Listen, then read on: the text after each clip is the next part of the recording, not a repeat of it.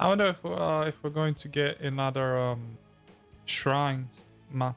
We've seen quite a few of those. But oh no, that's Dragon Shadows. But I read shrines. Okay, so shrines still open, so possibly could be the first pick. We've seen a lot of it this tournament, and we're probably going to see a lot more of it. Yeah, looking for the team, we have Jonathan's Butt Buddies with the choice of the map, and kind of think they're gonna go Volskaya or Infernal Shrines. It kind of fits Volskaya the it is. playstyle. Yeah, Volskaya it is. I'm going to Russia. And also one thing I kind of dislike is that a lot of people did not catch up yet onto Ultrac Pass. Which is quite interesting because it's around for quite a long time already. But a lot of people don't have put too many thoughts into how it goes. No, I guess there isn't. Well, there is a lot about it, but not too much. I guess there's only really one effective camp, which is the mid-siege camp. You take that whenever it's possible. You try not to fall behind in XP, and that's about it.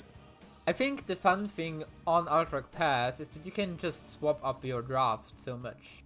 Oh Because yeah, you kind of have two soul laners, but you can play also like I don't know, Seratul, Alarak, or something along those lines. Just some interesting picks on the soul lane. This makes it very nice map for me as a soul laner.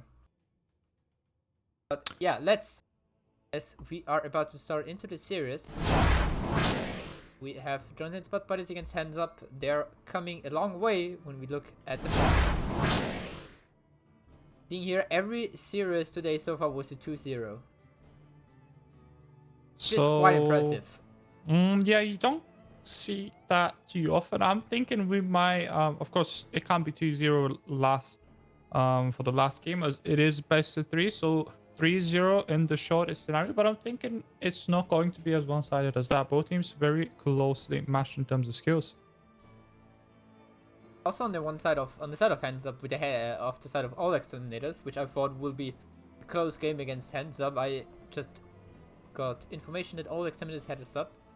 This might have been a thing which brought them a little bit out of their comfort level and made it a bit harder for them to play against HandsUp. Yep, so definitely some shenanigans happening behind the scenes. Poppin Fresh is subbing, right? Who else? I thought we had 2 subs on the side of Beanfish, right? I guess Beanfish Is is. If you have 2 subs now on the side of HandsUp. Yeah, it is. Oh my god! Right, my brain. I can't count to 2. Interesting, and I'm supposed to be a musician. Anyways, I think both teams are looking ready. Looks like it, and yes, here we are in the draft of game number 1, Volskaya Industries. Indeed. So very predictable map in terms of objectives and rotations. That does leave some room to play with drafts, of course. You can look for alternatives. Lots of AoE is always good as the objective is fairly wide. So getting extra skill shots and AoE spells. And betting is controlling set that. up. Question mark bet A if you think the buddies will start into this finals with a 1-0, or exclamation mark bet B if you think HandsUp are looking good. They're hands down the better team. Nice one. See, why do my puns never work out as nicely as like everyone else's, and specifically yours too? Feeling sad for you. But anyways, looking at the draft already, we saw it earlier today. White Tiger on the Tracer is a nuisance, and Yep. HandsUp decided and agreed on us and they banned it. But the thing is, do we see Jonathan's Butt Buddies removing this chunk as well? Started in the last series, Team Super Gulags giving a high focus onto the Junkrat ban in every draft they had against HandsUp. In both of them, the EVA was just an insta ban. But for now, they decide to go with the Cassia. We saw this in the games from them before as well. Then they usually opted into the Rega ban, just removing the Bloodlust combo in general, and also Cassia, as she's a very strong hero right now. Questions, have they done their homework? Okay, No. Deca Banda. Yeah, on the side of HandsUp, we can definitely say they did their homework. No one called it. Yep. No one can tell them a wrong story, as Decker is going to be banned out, and generally is kind of famous for him. And yeah, Jonathan's butt buddies with the Junkrat ban coming in as well. So both teams having done the homework, banning out those comfortable picks. Now, first choices are in Sylvanas for blah blah blah. We've already seen blah blah blah on Sylvanas. Really strong choice for them. Going up against a Imperius. Now, we've seen quite a few Imperius picks in the last few games, and it's always looked strong. It hasn't necessarily always won, of course, but coupled with a Garrosh. See, early on the Imperius picked up with the Garrosh together from the side of Jonathan's butt buddies, especially. We saw earlier on today in the very first series, they played Imperius on the side of White Tiger, and Hodo played the Stukov Soul lane, so they played Imperius as a sort of melee assassin in the format. It's gonna be interesting if they pick it up again. Of course, they have already picked up the Garrosh, so it's definitely not the main thing. I mean, Garrosh offlane is a thing, guys. Don't blame me for that. But no one plays it. I've never seen it. But if you say, I'll trust you. You say I'm not sure yet where, and when it is exactly a thing. I still have to figure it out, but I believe it's a thing. But anyways, we have on the side of HandsUp the next two picks. What are those? That's their Anduin. Now, Anduin, very popular, especially with a Joanna to combine the Blessed Shield with the Light Bomb. And of course, that's the providing that AoE control. So far, HandsUp team looking a bit heavy on the spell damage side of things, especially if they don't go for a third DPS, which I don't expect them to. One thing on the side of Sylvanas is really that she's kind of a 50-50. Like, she deals nice spell damage, but she also deals nice auto attack damage. It's one of the big advantages of Sylvanas you have in the draft, because you don't really tell your opponent, is this not a mage or the auto attacker in the draft, because you usually don't draft double mage, and you also usually don't really draft double auto attacker, except for you go for some weird bloodlust shenanigans. I'm talking about auto attack and mages. We could see 2 DPS picks here from the butt buddies coming in. But one DPS pick we definitely do not see from the butt buddies will be the Vala. She's being removed by HandsUp, and butt buddies removing the TC, so removing another tank. So she's probably Johanna picker is still left open, will probably be the one. Yeah, first of all, Jonathan's butt buddies with the next two picks, picking up Furran and Kalfa, so again leaving the pick of White Tiger for the last one, so they could swap him into the Imperius and leaving the solo lane over towards Hodo, whatever he decides to go for. Might be very strong on this map, for example. Blaze and a Martha. Now, Martha, a bit of a controversial pick because there aren't too many high health pool targets. How does Martha work against Garrosh? His ultimate bypasses armor, does it not? The what is it called? The last rites? Does it bypass Garrosh's armor? Right. It's percentage damage, so it bypasses armor. Pretty decent there, regardless of. The thing I don't like on this draft too much so far is that Malphil is a hero that is very easy to lock down and to kill. So you really have to make sure you have the leap of faith always open for him as Anduin. Make sure he's not going down, at least until level 13 when he gets his self-cleanse. Especially with the last pick from the side of the butt buddies, we see Alrak coming in. Hodo, a little bit known for playing Alrak as well. Used to be one-trick Alrak before he discovered Stukov for himself. So he's swapping with Tiger, and Tiger going for the Imperius. But to get back to this Malphil thing, the problem with Malphil sometimes is that he can easily get locked down. So you need level 13 with the self-cleanse, and he has to dance around a lot of skill shots in the opponent team. As when we look at them, there's a Garrosh who has the throw, taunt, and the knock up. Kel'Thas with the stun, Imperius with the stun, Alrak with the silence. So it's really, really hard for Malphil in this game. Very good value out of this hero. Yeah, it's going to be, like you say, quite a stressful game for that Malphil. Of course, if he plays it just right, he can get a lot of value. Yeah, I mean, if he plays it right, it's definitely a good pick. But it's also very hard to execute pick, especially because Malphurian could also opt into Twilight Dream to even more focus down the Malfa. But yeah, one thing which just got mentioned in the chat, which we did not talk at all, is the Blaze main tank. It's usually a pick you see him in the solo lane more because of his dominant wave clear, but he also fills the role of the Janna as the main tank. He's just standing in the front, very straightforward, but also having some nice wave clear and camp clear, so your team does not really have to provide everything of it. They did still do it with Tazadar, Malfa, and Sylvanas having very good wave clear and camp clear. Going to be a very interesting one. Yep, I think we're having a slight loading issue, but that should hopefully get resolved soon. Yep, the bars going. We should be heading into the game It's moving very shortly. It's moving. Alright. Move slowly, you know, but sometimes it will turn slowly, but it turns. Slowly but surely. I think Galanda might have dropped. There we go. We will see you soon. The game. We're gonna start to the left side. We've got Johnny, Zins, Butt Buddy, Galanda on the garage, disconnected from the looks of it. White Tiger on the Imperious, Hodo on Alarak, Raven Spike on KT, and Genitalia playing the Mafurin. Yep, going up against in red. Team hands up. Cesare 6 on the Blaze, Navario on Tasta. Poppin fresh from AFK for Cocoa, I believe, on the Anduin. Beanfish on Malthel. Blah blah blah on Sylvanas and the Poles. Pulse coming in. Playing. Yes, we said, oh, he's back now.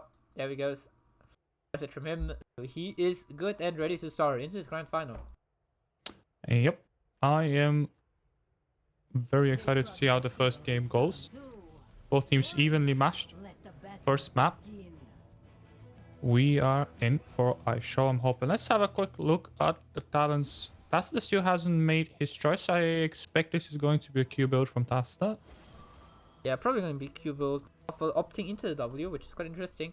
Other than the active, which usually helps you dodging skill shots with the movement speed, but with the W you also get the range on the W, which is very strong in the long run.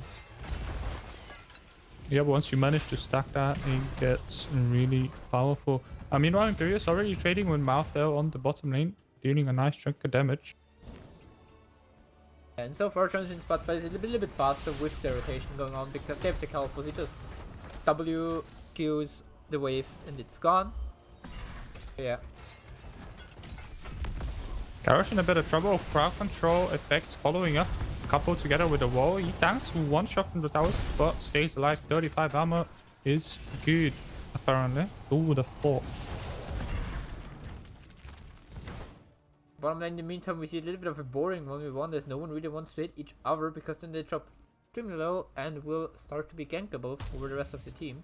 Yep, White Tiger freezing the lane there very smartly, keeping himself safe. Both teams picking up the turrets. Of course, Sylvanas can do that alone by virtue of Black Arrows, whereas Alarak has to get help by Morphurion. So, small laning presence advantage for the time being for hands up. One thing we see here picked up, which is quite interesting, is we see the W quest on Following Shadows from Sylvanas. So far we have seen mainly the Overwhelming Affliction, which is in my opinion one of the worst. Wait, we've got a gank onto the on the Malthel. He's able to dodge the pull from Arag and gets out. Very nice play by Beanfish, making use of those conveyor belts to get away in time. Level 4 in for both teams now. E-build on the side of Alarak, so he's not relying too much onto his sadism rather than getting his E-stacks in. And Blaze opting for the normal build, or the old build with Oil Dispersal, and probably going for Crossfire on level 7. To get back into the Sylvanas, I usually prefer the Q on one myself. W build often makes people tend to look at hero damage rather than getting any structure value in. Which is sometimes a bad thing. Yeah, it can be a disadvantage depending on the situation, of course. Now, both bodies spotting slightly ahead in terms of XP. I mean, always good if you can pull in a few millions worth of XP in the early game. If you can manage to turn this into a talent to your advantage, would be even better. Now, Pleb camps have been taken by both teams. Shouldn't do too much. Meanwhile, on the point, Blaze trading with Alarak. Tower trade there. On top of the wall coming out. It's a very long cooldown throw onto the Savannah who gets her E in that pull from, and then making sure she is safe. Now Gareth is in a bit of trouble. Indomitable already used. He gets out there with 300 HP, but he's not going to be coming back into the fight until he taps. Meanwhile, Andreas flanking Blaze in a lot of trouble. He doesn't have any mana to get out there. He can't even ignite DO, so he goes down without any self-sustain. Turning the fight into a 4v5, and level 7 has also been picked up by the blue team. Imperius locking in a talent straight away to benefit in the fight. And Butt Buddies coming out ahead of that 3-0. Early fight on here on the point, going into favor of Butt Buddies, giving them a very nice chunk of experience. They're already a level ahead. To work on the support cap now. Yeah, they should get it without too much trouble. In the meantime, Sylvanas is taking the turret, so at least HandsUp are getting something. They're not falling too far behind. I don't think they can hope to get the protector, no, with the biotic emitter on the side of Buff Buddies, but they might still try. The thing they do is contest it and try to force the healing out off the side of the Butt Buddies. They maybe even try to get a sneaky kill onto the Arawak, who has the healing protector in his hand right now. But also they have double turrets still up, and we have Savannah's with Mercenary Queen. But no, they decided to leave it for now. And one thing a lot of people don't think about on the Cap Bound is you can use Spectre easily to stack heroes up. For example, the Savannah's level 1 quest we see here, Unfurling Shadows, you can just give them a protector and try to stack up on that talent as much as possible. The more you can abuse that, the better. As that protector, of course, obviously very slow, has large hitboxes, so easy to hit. And is it going to get the top fountain to secure a advantage for the next objective? No, not for the time being, but level 10 very close for Buff Buddies. Of course, they don't want to get caught in a fight just before they've got that. And it looks like that might be just the case. But the Star leap of faith to get him into safety, not only is disengaging, is since Butt Buddies are about to hit level 10 and get their ultimates ready. Garrosh looking for a potential kill on Blaze, who's staying safe for the time being. Interesting discussion in chat whether Blaze is actually a tank or not. We're not going to visit that quite now. As Mata is in a lot of trouble. Imperius lands the stun. Alarak is there to follow up. Malfurion lands the roost, and that's one dead Angel on the bottom lane. Very nice flash coming in there from the Butt Buddies. Well done by them there. I still can't get over their name, Butt Buddies. Anyways, level 10 in for both teams right now. Just looking at the heroics, no big surprises. All standard picks, really. The interesting thing to see is that we have Mouthwell going into last Twilight, Touch of Death. So he's trying to more have Soul Lane goal. Even though I personally prefer teamfight build rather more on this map, because it's very teamfighty. Even before the Soul Lane, there's a lot of teamfights. Yeah, as mentioned in draft already, we see Twilight Dream on the side of Mouthfurn, so Malfa has to be really careful. I can also see his being a little bit afraid of opting into Torment Soul, because he just goes in and gets silenced by Mouthfurn, taunted by Garrett, and gets thrown around like a I don't know, ball.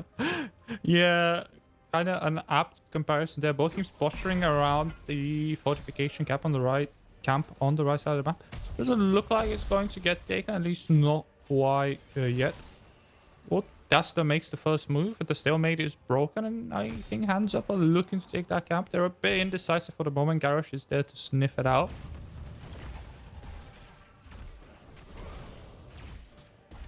And meanwhile, the blue team has taken their own turret, which leaves them open to invade the enemy turret. As they have been, HandsUp, that is, they've been a bit slow on that rotation now. But buddies, they choose not to invade. They're playing it safe, waiting for 13. Well, Garrosh goes and proves me wrong, but he also walks out because he's Garrosh and he doesn't care. With a new copy pasta going around to Twitch, that guys. But yeah, but for now we have 3 turrets on the side of HandsUp. This is really strong for them because, as I mentioned before, they have Mercenary Queen on the side of Sylvanas, so those turrets do 60% more damage. Which actually this is actually a lot of damage. It's like having a tracer, like a static tracer. Having 3 static tracers, yes. Damn. That's one hell of a lesbian orgy. That aside, Garrosh getting a bit of a crowd control chain, but I think he still has Indomitable, so he's not afraid to walk into the enemy team, throws people right into bunker. However, can she click in time, Sylvanas, that is on the bunker? No, the answer is no. 3 kills? No, 2 kills for the time being. Anden might live. Ooh, he's coming close. 25 HP. He's healing 7 HP. That's 6 more than you need. Anden's still alive. No E4s. Indian White Tiger sniffing that kills, smelling blood and not letting go. So 4 kills in the end, a talent tier advantage and a 4th going over to Butt Buddies. Butt Buddies really starting good. Get those kills and will make sure they will be able to take this to Borkham, even though they haven't even used the first one. Yeah, look at Hodo dropping quite 20 HP. Oh my god, 20 HP on Hodo. 19 more than you need. Down by a turret. Imagine him dying there. Imagine him dying there to the turret. Oh, that would have been... I mean, how much sadism does he have? Not too much, but he still would have felt really, really sad for him to die to a turret. Now, lab camp on the right side of the map being taken as the objective already in control by Butt Buddies. Garrosh sticking on that point, like he doesn't have a care in the world, and really he doesn't have self-unstoppable. He has a healing item if worst comes to worst. But for now we have level 13 picked up by the side of HandsUp. Blaze stunning the Garrosh there. There's the throw coming out, so he's in the middle using both healing items. He's using his bunker early on. There is going in, looking at Tulsa getting comboed as well by Alarak, taking a lot of damage. Lymon doesn't get anyone. In the meantime, there's the last rights coming out, but it's not enough to finish off Hodo, and instead he gets taunted and gets finished off. White Tiger though gets into the fray, out of any danger, but it's the danger that holds him. The dagger off the man is able to finish him off. Hodo now looking for another combo, getting blah blah blah into it, with the bombs now spreading from Raven Spike. Going to be a little bit dangerous for the side of HandsUp, but Jonathan's Butt Buddies, they're closing in towards level 16 already. Yep, they are very close, and you just picked 2 globes, which is a decent amount of health and mana regenerated. Now, of course, both teams have access to taps, and they've done just so. Good zoning there from Ophirin and Garrosh, getting the percentages up to 99 base. However, he's got his food on that point, and he's not letting go. Nice flame strike on the backline there. Raven Spike going aggressively for that kill on Dasta. You will find a great job from Keotas with the backline action. Now he needs to run, however, as Blaze and Mouth are getting in his face. Twilight Dream comes out. The Leap of Fate action, I believe, spread the Keotas bomb. The taunt comes down on Sylvanas, confirming that kill, and it's 4-0 in favor of Butt Buddies. 4 kills for the Butt Buddies. Big one. A really big one. This means now with this protector they are able to push it hard, because he's only at the Anduin. And what shall he do against this big protector boy? Nothing, that's true. And so the big protector boy decides to go on. He immediately takes down the top keep instead of going for the bottom and trying to put in closer. Going in for the next objective. Yep, that keep is gone. So 12-minute keep, not bad by any means. Of course, when you're 2 levels and a half, almost 3 levels ahead, I mean, you can afford to do such aggressive things. And is the protector going for a second keep? I mean, that would be a bit too aggressive, I would say. No, he is heading down for that bottom fort. Of course, you want to secure that well. Open up the map, as the next objective is going to be spawning on that bottom lane. Yeah, Fountain has been taken down. They're just finishing the second tower as well. They're now hammering a little bit into the fort. It doesn't matter if you take it down or not. Of course, it's still a further way your opponent has to fall back for getting into any safe spot. It's still quite... That's very low there. Dodges the flame strike, so for the time being he can afford to stay in the fight. 16 not quite there yet for HandsUp, and that fort is really not that strong, very low in HP. Butt Buddies can just right click it and then look for a fire regardless. It is the right call for Hands Up to back out of that situation, and they choose to do so. However, that means they forego their turret. They've lost control of the map, so they can't do much about it. Okay, it's now the healing bacon, by the way, that decides. I mean, I asked the quick It, question gosh, whether the... bacon can't heal. Bacon can't heal. What? Samuel, do you happen to know if Birdie commit to a stack? Because I asked chat if they... I am not sure. I believe they do. But I'm not sure. Here's my soul. Calypso says, as Garrett gets engaged on by Blaze, Bunker goes down. That's, I think, can get in. Yep, he is safe for the time being. But Emitter gets dropped. 2 kills already. No make that 3 for almost said Bugs Bunnies. I mean, but Buddies, I mean, what? Blaze goes down, make that 4, and Johnny Sins Bud Buddies looking very dominant in the first game of this best of 5 series. Looking to end it up. Johnny That goes under a lot of Bug Buddies going on the core, going for the winning carrot. White Tiger, however, coming a bit low. He has Angelic Armament for the time being. Of course, Mofurin can really heal when there's no one to land W zone, but it doesn't really matter. White Tiger survives for the time being. The core, however, does not. Yes, core going down. Imperius does in the end as well, so rip KDA. Unlucky. GG. This game number 1 goes over towards the Butt Buddies.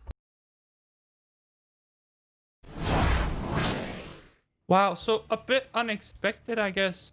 It's not that unexpected for Butt Buddies to win. More like how confidently they did is what surprises me. 17 kills to 2. So huge disparity there. Yeah, it was really impressive for me to see how Jonathan's Butt Buddies dominated those team fights. But on the other side, I also see the draft of Hands Up, and I see that they don't really shine in those team fights, especially with Mouthful being forced to not really go into a team fight heavy build. It's a really rough time because Blaze solo frontline is getting punished quite easily by Imperius, Alarak, and Garrosh.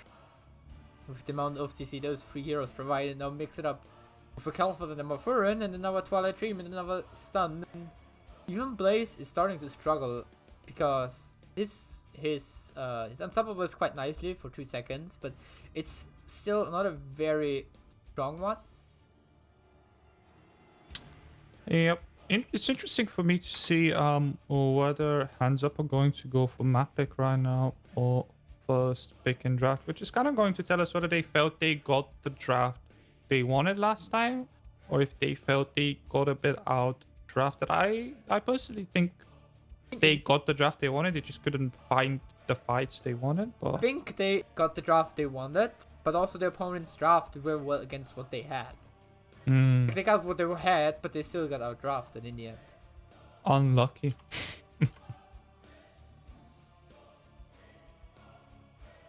And I've lost my points once again. Jesus, it's really not my day for gambling.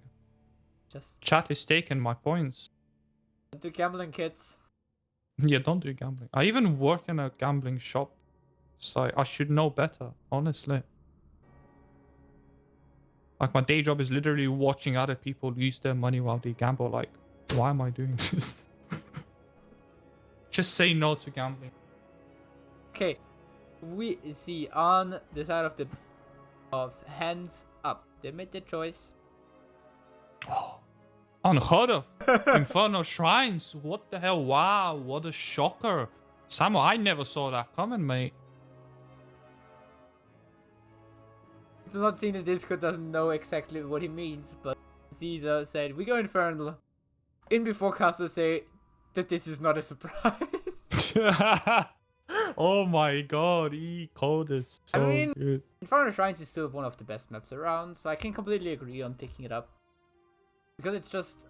I personally like it as the first map in the series, because it is about testing the waters, about seeing if you kind of want to have the first pick to get the advantage in the draft, or if you really feel like you have to look in the map where the opponent feels uncomfortable with and where you can outplay him by far.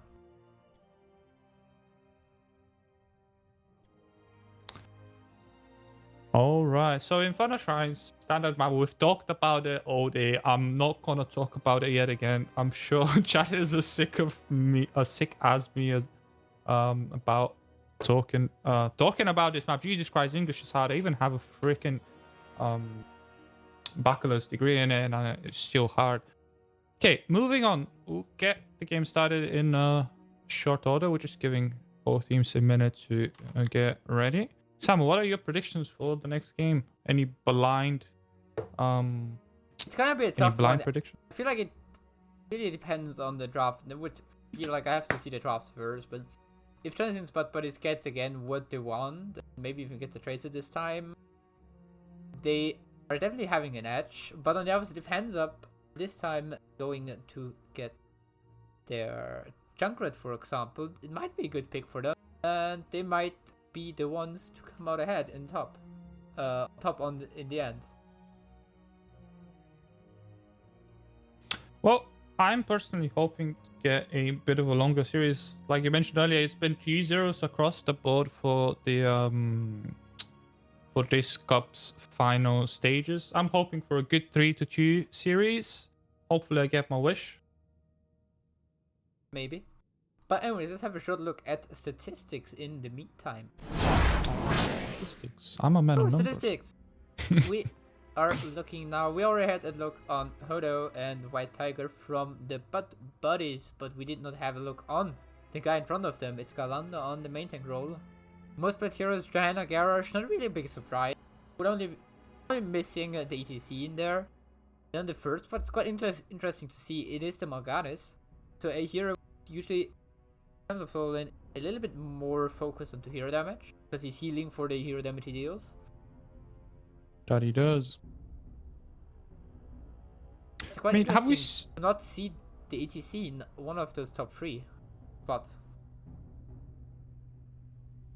Have we seen a Morganis today? I don't think so. No, I don't think so. No, I'm just trying to think. I don't think we have seen a Morganis today. Yeah, we've seen quite a few Garrushes. We've seen a couple of Joannas. Actually, quite a few Joannas.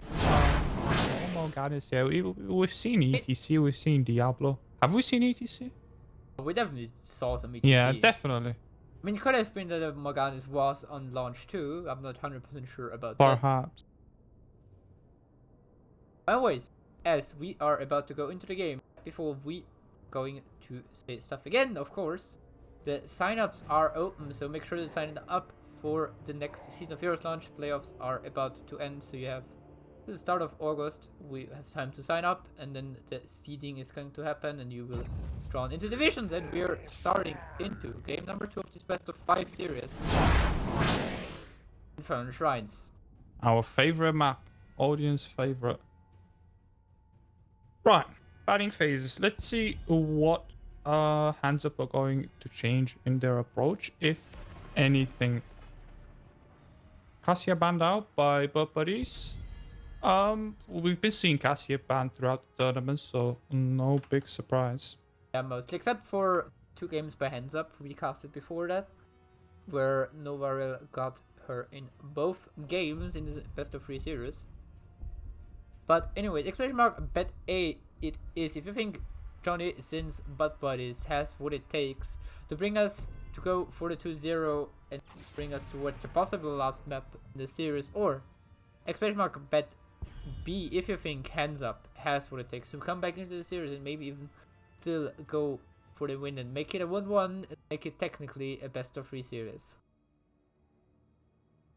Well, he's hoping for an actual best. I'm gonna put some points on HandsUp even before I see the draft, just because I want to get more HOTS action. Looking at the bans so far, we have very bans. We have the same bans as the last game, with the side of Tracer being removed from HandsUp and Junkrat being removed by the Butt Buddies.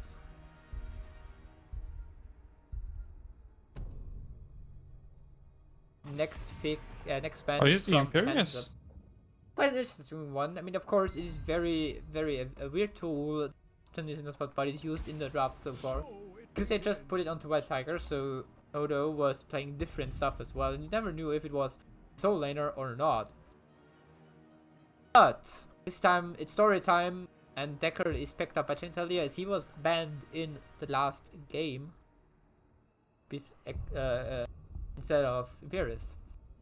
Yeah, we've seen a decent amount of Deckard throughout the series today, and certainly it's always looked strong. It used to be the case that I think personally we saw the rise of Deckard once Bloodless got buffed for that Stay While and Listen, but now that Bloodless has been nerfed again, Deckard is still sticking around, which makes me really happy. I'm a big fan of the old man. Going up against, however, Taster and Joanna. Very meta picks, very strong on the map itself as well. Yeah, Taster really strong at one-shotting those minions with his Qs and Ws around the point. Also Archon very strong. And then of course Wave Clear tank, very useful in the rotations to make sure the team keeps up there and does not miss any experience. Talking about tanks, we see on the other side from Galanda the Garrosh pickup, as he's his second most played tank we saw before, right after the Johanna. He's going to get his hands on him again. And Kel'Thas is the one they paired up, and we also talked about it earlier as well. There's those bombs on the shrine are really annoying because there are 4 chokes where you kind of have to go through, or like 2 chokes from each side, where you kind of have to go through if you want to fight your opponent on the point. And especially there, Kel'Thas is very annoying because of the stun and the AoE damage he provides. And combined with the Deckard, you have great AoE, CC, and damage. Really with Garrosh as well, being there to help out. And in terms of bans, we see HandsUp with the Sonya ban, very strong as well. We saw her a few times on this map already. And Butt Buddies banning out the Rega in the end as well, but this time that's the first ban. Yeah, I would like to see an Anduin instead of Rega for the denial of the strong combination between Janna's ultimate and his own ultimate. Of course, in the end, doesn't look like it would have mattered. Popping fresh, going for Anna instead, and Nano boosted Taster pretty strong. There are a lot of people who say Nano boost Taster is not that strong because when you're in Archon, you want to auto attack anyways. You don't want to use your spells. But on the other side, with Archon, you reduce the spell armor. So if you get Nano boosted there, you deal even more damage because they have reduced armor. And we see White Tiger with the Vala pick this time coming in. It was banned in the last game. Used to go with Caltrops and Q build, a personal preference of his. And Odo, this time with one of the heroes. I'm honestly surprised we did not see that much today so far. It is the URL.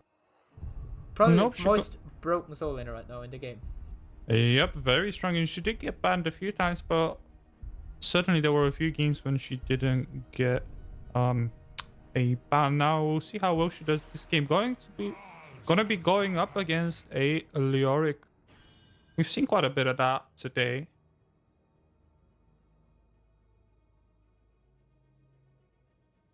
Also, one thing we saw today on Lyrics compared to yesterday, earlier today, was that we had a lot of E-build Lyrics instead of auto attack builds. Yesterday we exclusively saw auto attack build from the side of the Lyrics, and today we already saw 2 times the E-build and 1 time the auto attack build only. I'm kind of happy to see him coming in again.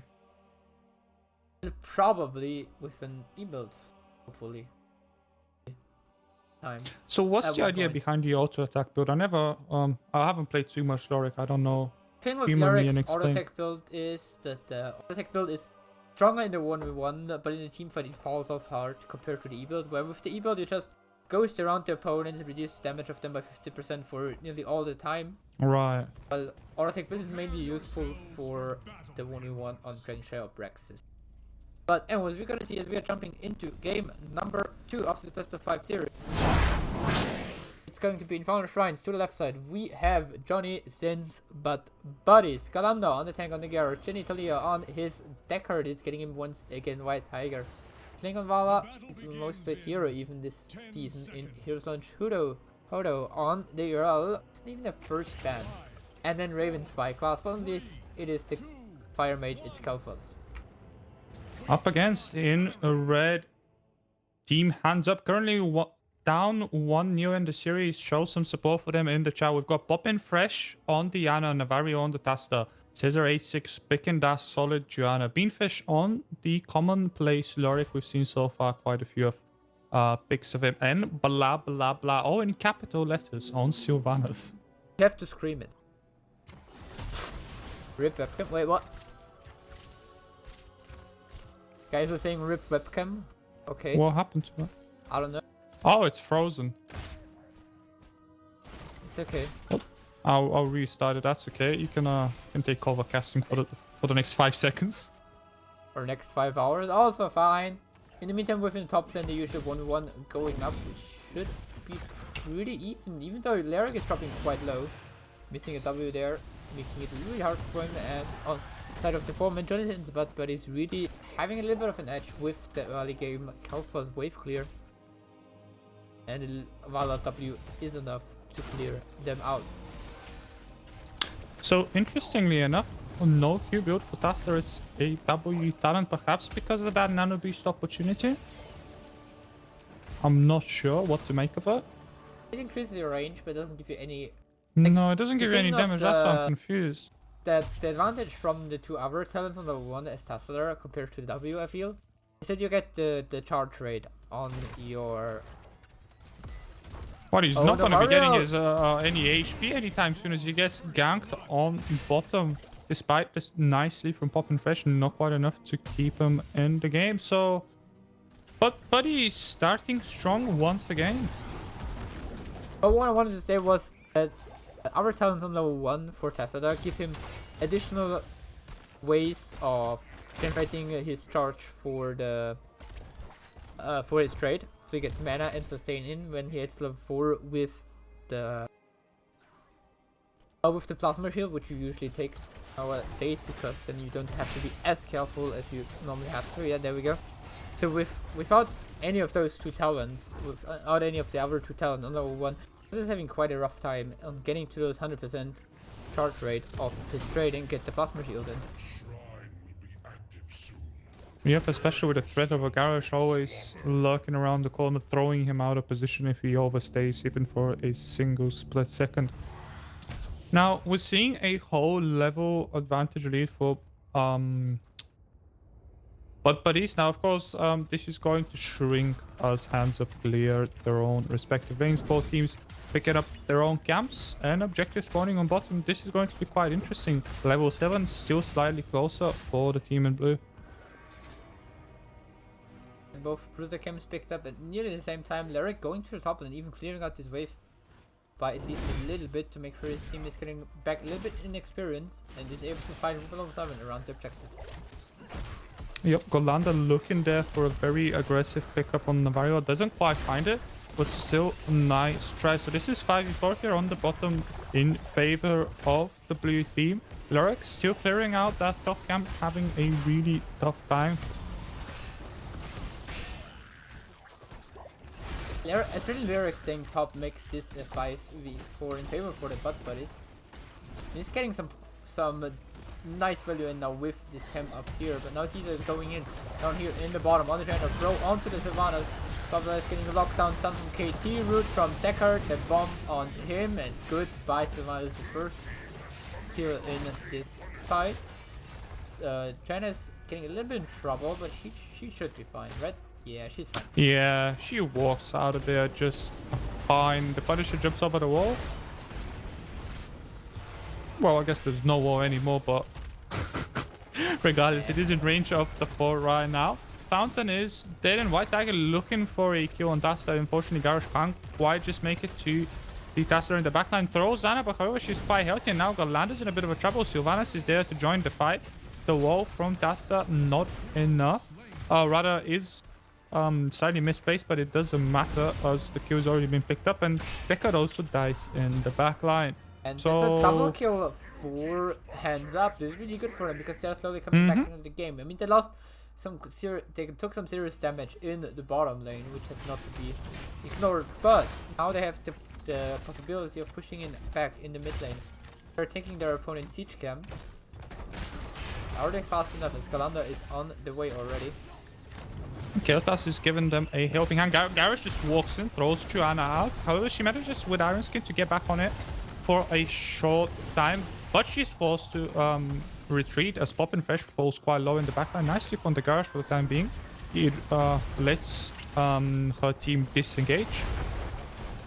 Oh, has it? I don't think it has. Double kill on Joanna and Sylvanas by Keltas. Brilliantly set up by a Root from Garrosh. We just said that HandsUp is slowly getting back into the game, and now they gave up the camp, lost 2 players, and have to give up their own camp now. Well done there by the buddies. Yeah, really well executed, picking themselves another 2 kills and a level 10 advantage. Now, HandsUp should have enough time to get their own level 10 before the next shrine. Just looking at the ultimate choices right now, I'm not seeing anything too unbelievably strange, other perhaps than Stray for Valor. I mean, it's kind of expected to go Strafe, as doesn't really want to have Strafe always, except for the moments where you need the Rain of Vengeance to have some additional lockdowns, for example, to interrupt the mosh pit, or interrupt the deck out sleep. Something along those lines, you usually want then to have to pick up Rain of Vengeance. Usually in general, you want to have Strafe because of the increased damage, and especially with the Q build. Because there you have a downtime of 5 seconds anyways, where you don't do too much with your talents. So I shouldn't feel bad about picking Strafe on Val every time you get DPS. No, That's you good to know. You should not. Yeah. One player having a short DC though, so we're just gonna jump over here back towards our main screen. You can see our faces hopefully again. I have fixed my camera. Yes, you did. Just Brilliant. pausing to watch stream. Lul. Alright, I mean, looking at level 10 talents for the side of HandsUp, there's also not too big of a surprise. I mean, you could have went for a black hole build on 10 and 20 with opting into Psionic Echo and Psion Fusion on the side of Tassadar. It could have been a possibility, but I don't know. I don't really think that much. I don't like it too much. I feel like black hole is really bad.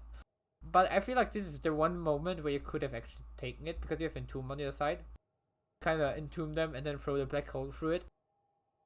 So it's really tough for your opponents to do anything. Especially the opponents, the only thing they have is the Ural could jump out, and the Garrosh has to throw for 1 ally. It's a really tough time for them to get out of the Entomb. So yeah, capitalizing on this with the black hole would definitely be a possibility. Yeah, it could have been something. I think we are ready to go back into the game shortly. At least it's looking that way. Or maybe not. Nope, cast a curse activated.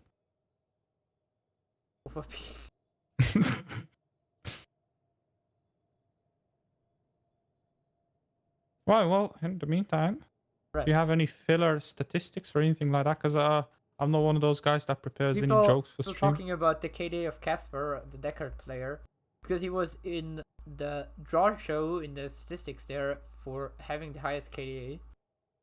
And yeah, because whenever he dies, they say nice KDA player.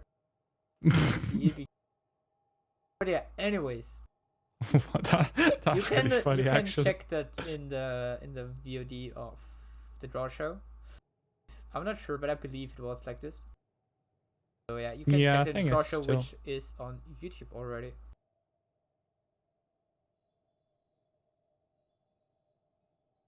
Right. Else, one thing we can look at is on the side of Ural, we see Holy Avenger on level 7. Except for that, we see the normal standard build, which is usually a talent you take when you look more into team fights. So you get the resets on your E, and have to keep the spell power up easier on the level 13 talent. Or you usually take the Divine Seed, which helps you a lot in terms of fast rotations. And also in getting into good position just for W and other things, which is very strong. If you use you can never underestimate the value of positioning in Heroes of the Storm. I find it to be really important, as even having a numbers advantage. If one of your heroes is slightly out of position, doesn't quite join the fight, it kind of evens things out. You know, your opponent has enough time to look for a kill and then disengage. So positioning, very important. Movement speed, just as important. It looks like the player who had disconnected and reconnected disconnected again. So the usual 2-0. I mean, it's a player of butt buddies who disconnected, so I could be mean, 1-1 then. it could be if he keeps disconnecting. Alright, looks like they're ready. Then we might be able to go back into this game. Yeah, Noah should be back from the toilet. Alright, here we go. We go back into the game. Right, so what was happening? What were we talking about? I don't remember. Yeah, it was an ultimate, I guess. I guess. Well, moving on. Moving on. Have the red team in the mid lane clearing their normal rotation going on for now for both teams. Yeah, Vala in a bit of a dangerous position actually. Tasta and Joanna looking to rotate. No, never mind. Joanna stays in mid, so no gank happening on White Tiger. Almost said White Trigger. Lol. Anyways, in the meantime, blah blah blah and Pop and Fresh taking their bruiser camp, while respectively Pop Buddies taking their own bruiser camp in the top left. Shrine spawning on top. We can take a short look onto hero damage as we see Vala with 12k being top of the butt, but on the other side, we see Tazada with actually 13k, so even 1k above Vala for the team of HandsUp. Okay, Shrine is active. Camps are getting cleared. Oh, I missed that on bottom. Tasta got picked off by Iro and Vala. So, well played. In the meantime, we're in the top lane. The HandsUp going for a wave clear, and they can get the Entomb onto Deckard, get the kill. Make it a 1-for-1 in it, make it 1-for-2, make it 3 kills, and maybe 4 as White Tag is going to go down as well. 4 kills for the side of HandsUp. If after the open, really put nice Entomb onto Deckard. Really impressive. That was so well executed by HandsUp, realizing, hey, few people are tied up with Tasta or were tied up with Tasta on bottom lane. This is a 4v3 situation. Let's take it. We've got enough time. And they managed to do so, getting them back into the game, evening out experience, and even giving them a slight lead. Now, they've got the camp pushing. They got a fort down. They've got shrine control. Suddenly, it's an even game. Yeah, I mean, especially with them taking down the fort now and starting to get the lead on the shrine. Yeah. They will threat the keep. At least the keep wall, and maybe even the keep if they get closer to get maybe kills or something. Of course, they will still have to confirm the shrine first. Now, Beanfish getting some nice damage on White Tiger there on that flank. Galanda looking for a throw. Jana sniffs it out. The Trump wall comes down. Garrosh just steps around it. He is not from Mexico, apparently. He doesn't mind walls. However, Galanda coming very low. Stay a while and listen. Doesn't hit anyone but Yorick, who was already unstoppable. And I think Hero in a bit of trouble. No, she has saved her ultimate. Beanfish falling very low in the backline. He will get value from his passive. Meanwhile, Sylvanas doesn't have access to the same type of passive. And I think Bud's buddies have done it. They have regained control of the shrine. Zero so far. Bomb is being spread a little bit. Tiger tanking a lot of the towers there, dropping dangerously low. We're able to pick up a potion from Deckard and is fine again.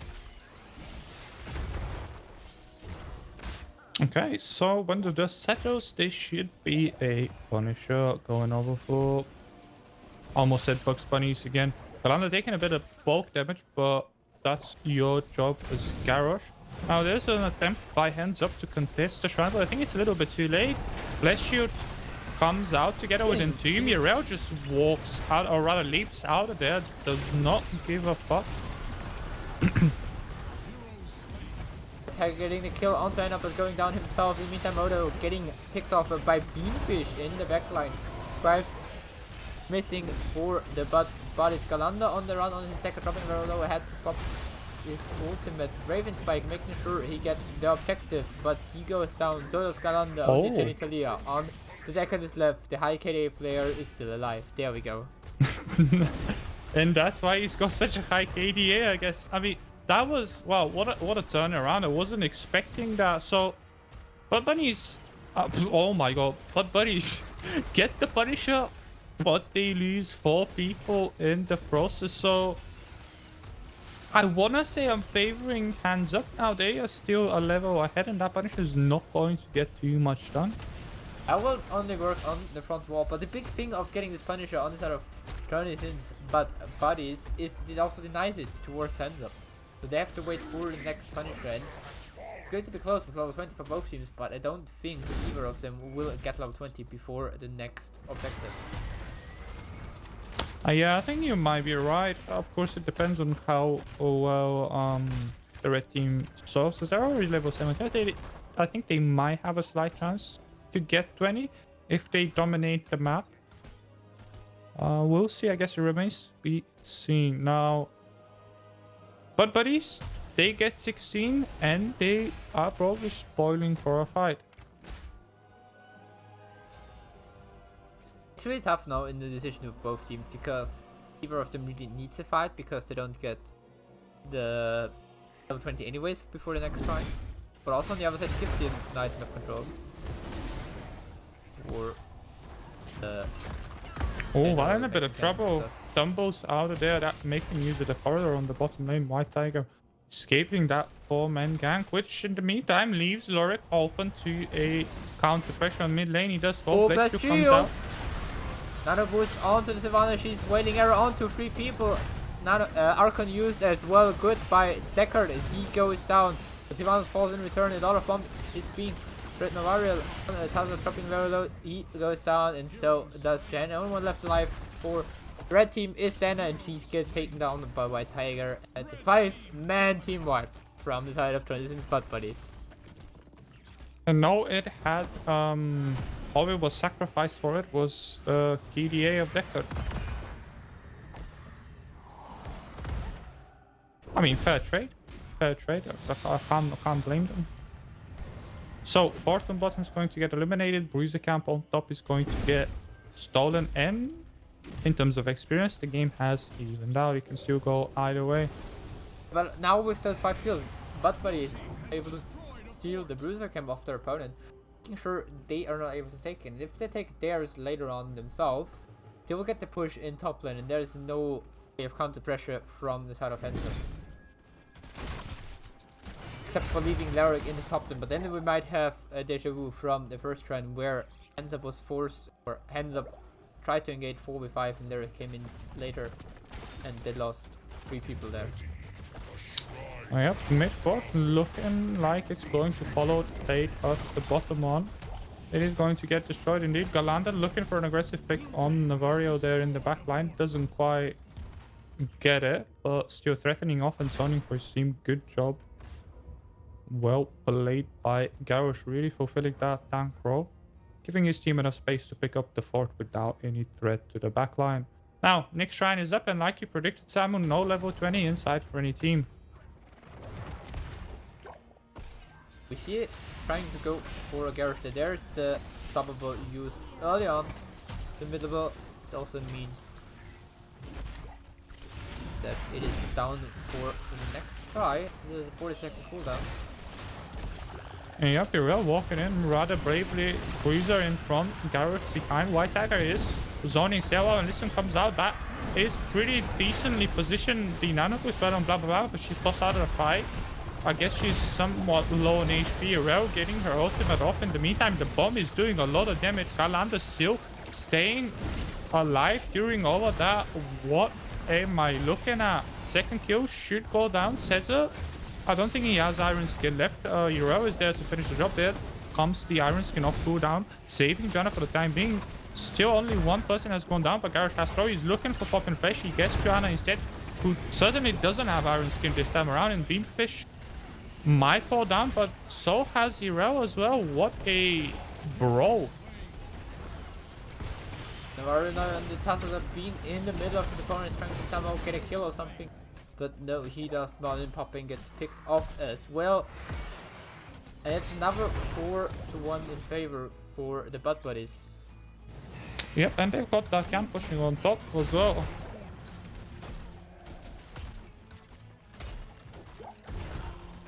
So all in all, if you're from the blue team right now, you are feeling rather happy with how the game is going. Kelthas able to finish up the shrine by himself, falling rather low in HP, but I guess Raven Spike does have tap available. You get 2 globes as well for his efforts, which is always nice. Up to 41 globes. Okay, no tapping for Raven Spike, but you should get healed. Oh, she should get healed. Now Punisher coming down in the bottom lane, and the wall has already been opened, so this is going to be a real threat for at least the Keep. Keep should fall, and if they get kills, it might even be a look at the core. Yep, that Keep is falling down very rapidly. The Punisher is still healthy. Keep under 50% now. Lyric still top. Irel also coming to join the team. I think there is a slight window of opportunity here for HandsUp to look for a 5v4. That window of opportunity is now gone. However, Joanna getting called out, a bit out of position. Iron Skin is there to save her. Lyric also gets out, at least for the time being. No, make that a dead Lyric. No, he's still alive. He is dead.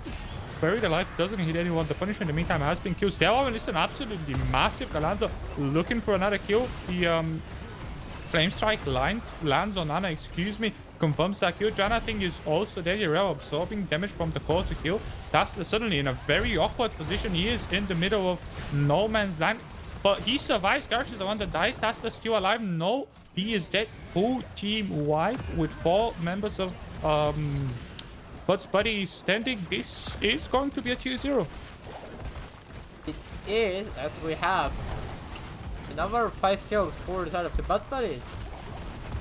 Core onto the sun and going down.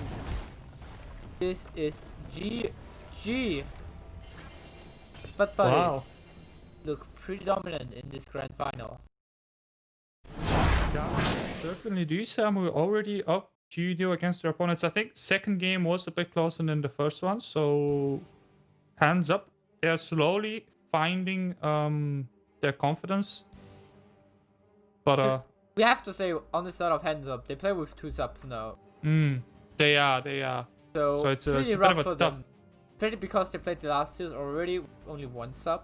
Now got another sub in for this series. So it's really tough because they have to play with this player, and they might be able to get into the room with him in the third map and might even turn around the series still. We don't know yet. Yeah, the possibility is there. Like I said, it looks like every game that goes by, HandsUp are finding that little something they're missing, perhaps getting better and better at coordinating with their subs. Now, do we have a... I don't think we have a map pick yet. No, not yet. Still left in the pool is Altrak Pass, Battlefield of Eternity, Cursed Hollow, and Tomb of the Spider Queen.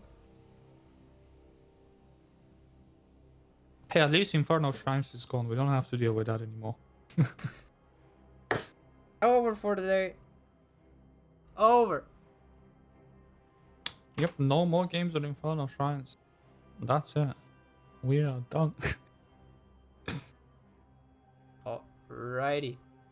Looking at those maps, I would personally love to see a Battlefield or an Altrak Pass game. But I kinda expect to see Rever Cursed Hollow or Tomb of Spider Queen coming in. Which one would you pay your money, given, you know, if you had any money, that is, so to speak? It's a tough choice.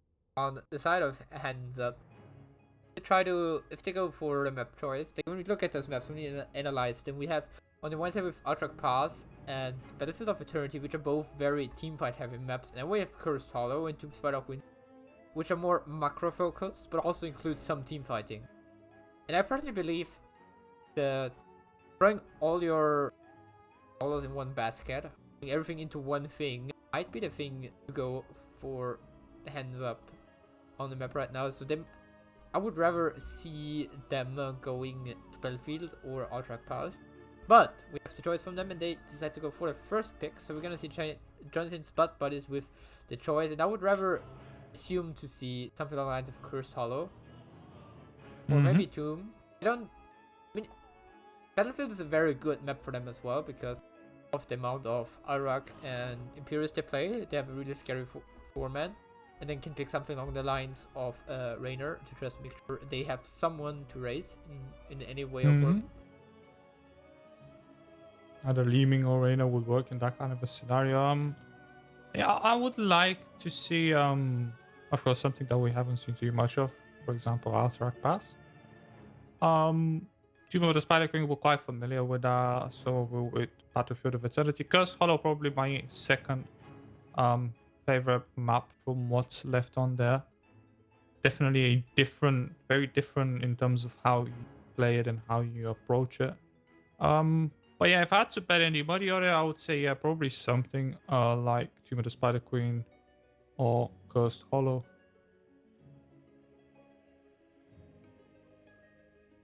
Yeah, they need a moment from the looks of it.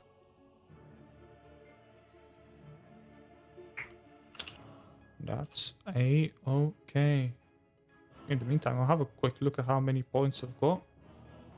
I started with about 600 something. I'm down to 500, but that's okay. I've had less. Oh no, people want to do me. Okay, I'm on a roll. I'm gonna accept. How many points do you have? I have 500. I'm rich, dude. Loves in 10,000 points. Shut up. Oh, Lazy's in the chat. Welcome. What's DK, Jones, everybody. Great you tuning in today.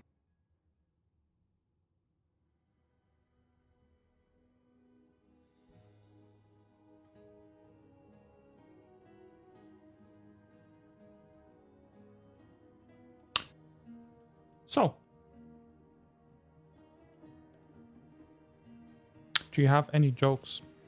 Because I still don't have any. Nothing to fill the time. I don't know, I lost them. I'm a really poor comedian. You can go get my roommate. He's got aspirations to do stand-up comedy. Maybe he can tell us a few jokes, keep us entertained. But anyways, we don't have to only talk about comedy. We also have other stuff to talk about. Sign-ups are currently open. Sign up alone with your friends, and even up to 9 If you players have you're any. interested. Can we please not talk about this? I sure as But hell anyways, don't. we have. Then we also have exclamation mark sign up to get there to the guide. For anyone wondering, then we also have next weekend Legendary and Legendary Cup and Mythic Championship coming up. So Division 2 and 3 starting on Saturday, showing us who will be the best of them. We're gonna have some big names already in there along the lines of Gia and Berkol, so get ready to see some good games already. But the big fish is on Sunday, the Mythic Championship, where we will have heroes from the size of Pepper Milady and Feel the Heat showing up and having some fun with some friends of them. We're gonna see how they will play against each other. So make sure to tune in on the Sunday as well to check those out.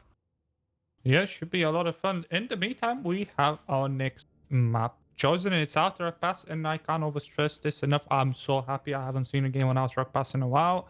I'm gonna get to cast it. I'm hoping HandsUp make a comeback here as well. Bit of a different map, so perhaps they can exploit that. Also, a little advertisement for tomorrow evening at 21 Central European time. There will be a cast on this channel. And we will be with two beautiful men. One of them will be myself, and the other one will be someone some people may know. It's gonna be X-Ray, who will be joining me there for some fun casting stuff. I will probably be watching in this case. Alright, we have the teams coming into the lobby. Track Pass it is, yeah. I talked about it earlier already. I really enjoy this map because you can play fun stuff on the offlane, because you kind of have two offlanes on this map anyways. So you can have something along the lines of a Zeratul or Ararag along if you really want to, because you don't really have this dedicated solo laner who like to win his lane or something. You need someone to soak this one lane and not get pushed in too hard by the opponents. And in the format you mainly need one hero who is able to take over the camp duty on the side of the siege camp, which will be taken as soon as it respawns. Yep, that siege camp. Probably the well, I guess yeah, it is kind of more important than the boss even because negative armor that it applies. And of course it does go onto the middle lane, which helps you overall control the map way better. Now we're just waiting for one more person and we'll be ready to head on into the draft.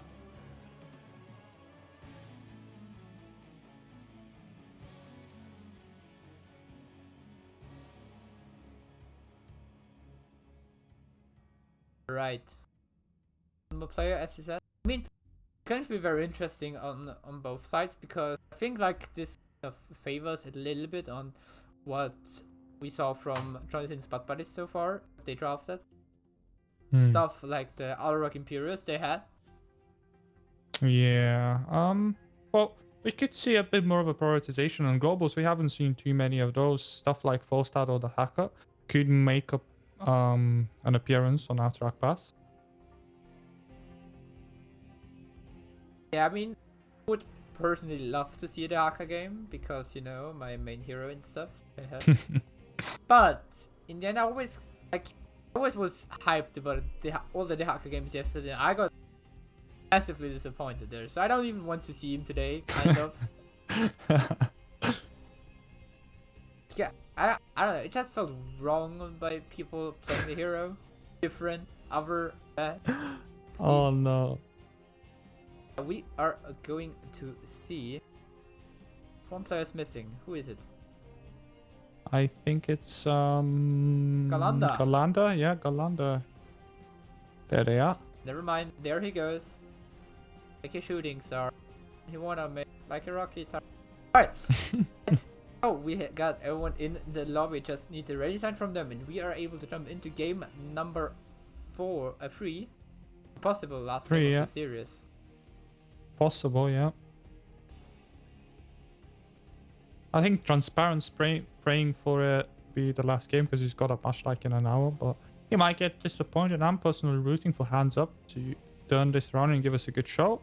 Both teams are ready, casters we are ready, and it's about that time of the day where we head into the draft, I believe. It should be, yeah. There we go.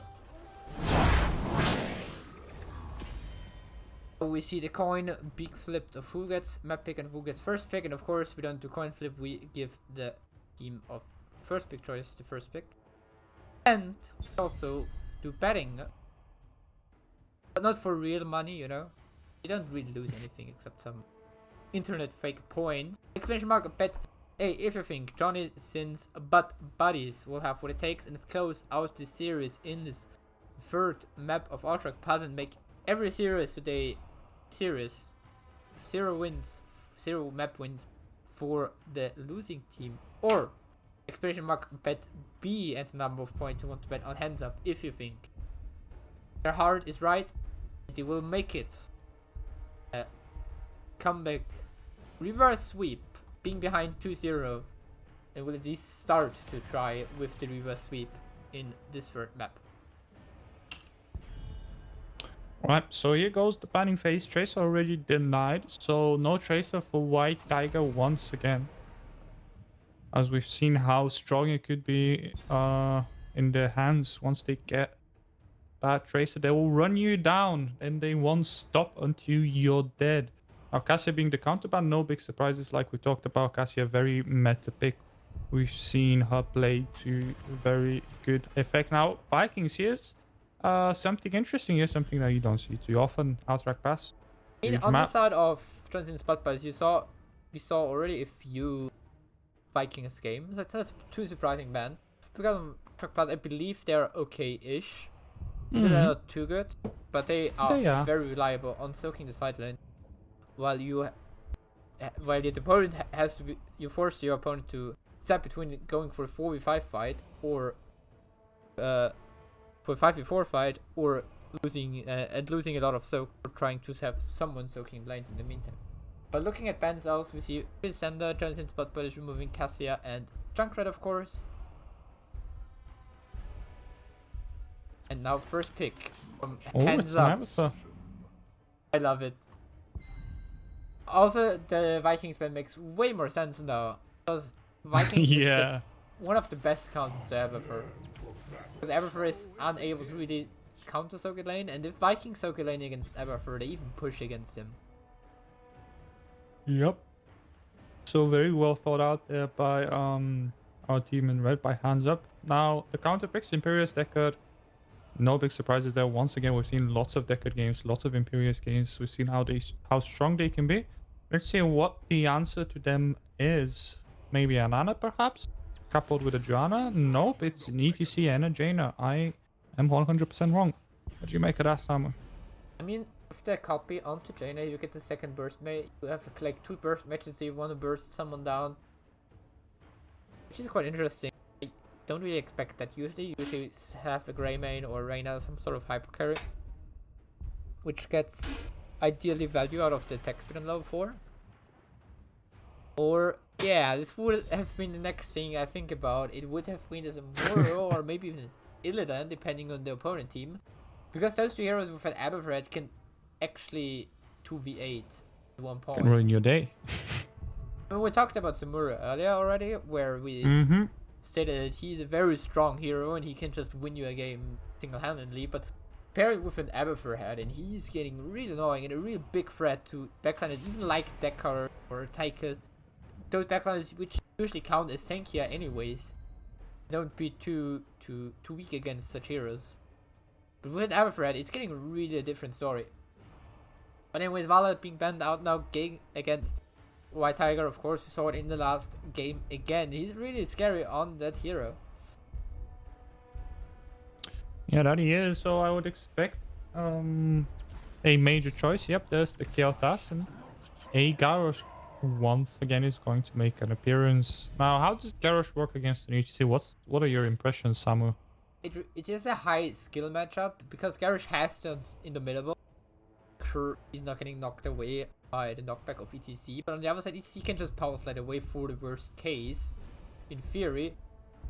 But on the other side, as soon as Garrosh is able to catch up to the ETC and just throw him in and taunt him, he's really an easy target to blow up. Especially when you have heroes like an Imperious and the Kelphos, as we already see for the side of the butt body. And on the side of HandsUp, we see the next 2 picks, as we see Whitemane being their healer of choice and pairing it up with a Thrall in the solo lane. Yep, some changes are being made here by HandsUp, and I love it. Whitemane, I'm a huge fan of Whitemane. Thrall always been a solid pick. We haven't seen enough of him, in my opinion. Yeah, draft rounded off by a Stukov. It's not even surprising for me, because we saw that Thrall coming in from the side of HandsUp. And Stukov is one of his strongest counters. One of Stukov's best matchups in the solo lane is the Thrall. Stukov pull his Thrall that hard that I'm not even sure if the Aberfred will be enough to counter that. Wow, I've never seen that. It'll be interesting for me to watch as I play the occasional offlane with Thrall. Right.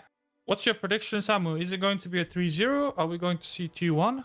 Just looking at the drafts, I like the idea of HandsUp, and I really would love to support it, but I just feel like the draft off the side of Johnson Spot Boys is just way too strong again. I feel like we have to see what we saw in the very first game against Janet Frostmage. Try to play around the macro against those Imperial Stukov shenanigans from the side of Butt Boys, and this might be a way of HandsUp winning this game in the end. But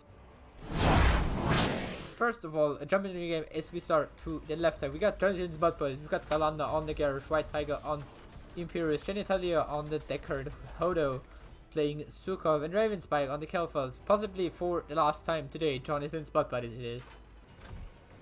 Yep, going up against HandsUp in red on the opposing side of the battlefield. Give it up for them as they need your support. Currently down 2-0 in the series. We've got Novario on the Avatar.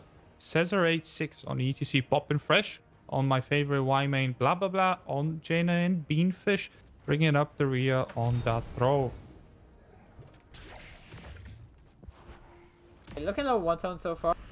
Interesting, we see the Lots Inquisitor of quests. Sprayer from the side of White Mage.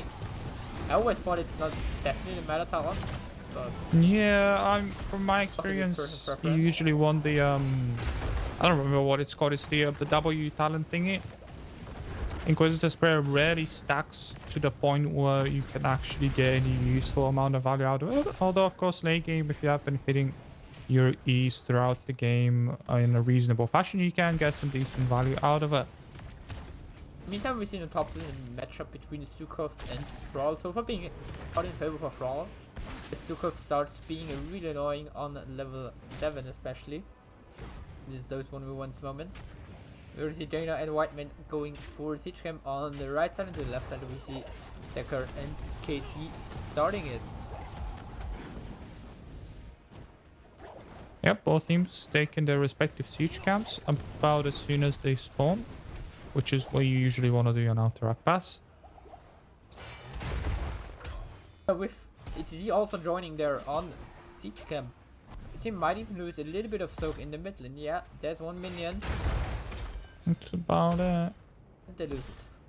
Yeah, 1 million. That's the Jaina should be able to get the others mounted up. She is safe from Garage. Meanwhile, Stukov, he is not safe on that top lane. A gank from ETC and Ymain helping Throw secure the kill. Abathur's assistance not even necessary there.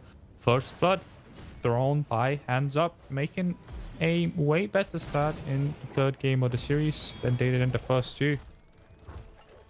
We already see the first adjustment on the side of Rock, opting into the Fairy Resilience, getting the physical, getting 2 block stacks, which is helping a lot against Stukov, because his main damage are those auto attacks. Yeah, Getting Stukov slaps hard. Getting those 50 physical armor in against 2 of his auto attacks is really strong.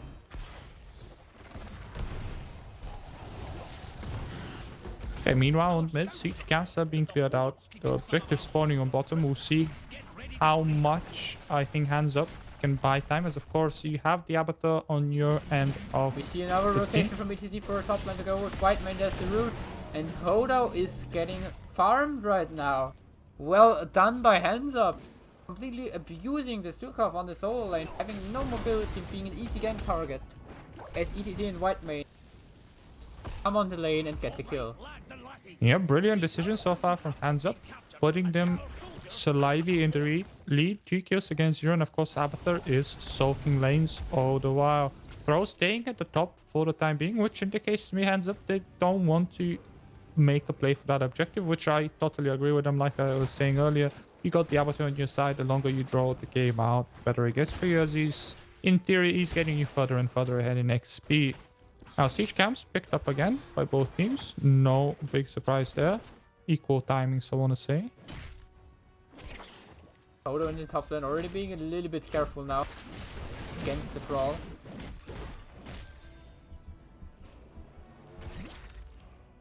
And we see in the mid lane again, both siege camps picked up, as you said.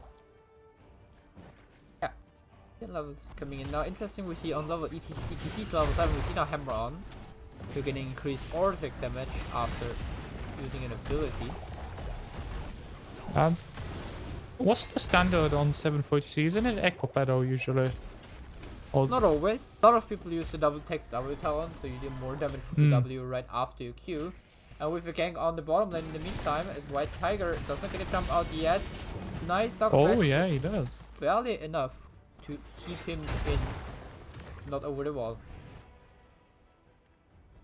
A lot of people take the W talent, so you do more damage with your W after the Q, which forces a lot of ETCs to just spam QW, which messes up a lot of skill shots, especially with Jaina. You don't want to do that, because you want to throw down the Blizzard right after the power slide and put the most damage in, and then still have the W for zoning purposes, especially against the Garrett. Although in the top lane, in the meantime, nearly going down to Beanfish as he gets help from the Abathur with the head. Yep, and that objective is looking very well in terms of positioning for the team in blue. Garrett falling quite low for the time being, but he has a W ready to heal him up. Small potion heals him for a quarter of his HP, and he still has that armor to rely on throw. However, making the rotation way earlier than Stukov secures the kill, but the objective has been lost. White Tiger in a bit of a dangerous position. Takes the small potions. There's 2 more potions. Is he going to survive? Is she going to survive? No, they do not. Going down there as well. So, what was that? Kill for kill or... No, 2 kills rather. 2 kills for 0. But the objective has been picked up by... Butt Buddies. I mean, it's a good objective for them. But on the other side, they cannot really push with it right now. Here is already respawned though, so death time is not too long yet. But it's still okay-ish. Yeah, other than the top lane right now, they're not getting too much value out of this objective. Mid lane is being handled. So will top eventually. Actually, bottom is turning into the problematic lane, but level 10 in slightly earlier for hands up. This is the first time this has happened in the series, I believe. See if they can make use of this narrow window of opportunity. It's definitely going to be hard. He's rotating through the top lane, looking at the top lane, already looking at Toto. So he's playing it safe enough. When he's going to the mid lane. But in the bottom, there's still the Imperius. As you mentioned, it's going to be a problem. And Imperius still pushing in with this objective. He's in a bit of trouble. Manages to power slide out there. I'm just having a quick look at the talents. Divine Reckoning, interesting choice by Y-Main. I guess without a fifth body. Never mind. Hold that thought. Up and fresh in a bit of an awkward position. Imperius looks for an engage, and he does find it. The stairwell, and this unfortunately isn't enough as a follow-up. Galanda falls a bit low, but buddies have to fall back for the time being. That was a very well done by ETC in Whiteman. The Whiteman being a little bit out of position. You see there with the pulsar to keep her alive. And then Deckard reacting with the sleep, trying to lock down the ETC. But then there's Whiteman here with the cleanse, making sure he is fine and not getting thrown in by the garage. And in the meantime, both teams picking up their respective siege camp. Once again, like we mentioned before the beginning of the game, those siege camps really a high point of priority. Neither team forsaking that so far. Fish now slowly but steadily starting to having some troubles in the top lane against Toto. There we see another. That was to be expected, I guess. Well, was it? I don't know. I'm not sure. Like I said, I've never seen Stukov go up against a throw, and of course this is not exactly fair as there is an Abathur. But regardless, new objective is spawning. Both teams kinda even in talents, in experience, but ever so slightly. HandsUp are in the lead. Oh, nice massive shot from Stukov. Might be a bit too nice actually. Beanfish looking to escape, mounting up instead of recalling. In the meantime, in the bottom with White Tiger being ganked by his opponents, even used the water element to try and secure the kill. They want Beanfish now in a lot of trouble. Galanda is there on the garage, making sure he's able to pour back or get any way out of there. Yeah, for a second it looked like he might have actually gotten away. I think his best bet might have been to actually recover in that first push. But he falls in the end. Not the worst thing, as like you said earlier, the death timers are still relatively short. Still, level 13 in for the blue team first. And we've got Ancient Blessings and 8 balls in the game as Imperius has disconnected. Unsurprisingly enough. Thing which is not very good for HandsUp right now is that they have water element used in the bottom when they tried to gank the Imperius. He also used his angelic ornaments, but it doesn't matter too much. For Jaina, I feel like water element is way bigger tool for Jaina compared to angelic ornaments on the side of Imperius. True. So, the way the situation is, which team do you think you favor going forward? It's been a rather close game, so... It's going to be a rough time because it depends if HandsUp is able to soak 13 and just solve the objective. They don't even have to necessarily win it, but just stall, don't lose too much in terms of the map control. I think they're fine because they just, I prefer scales way better into the late game compared to everyone else on both teams. So I think if they get into late game, especially on 20 with the Winter Mute on the side of Jaina, this can be really, really good for the side of HandsUp. I guess this is going to be the point where HandsUp want to get and kind of try to have to go there. Anyways, we're done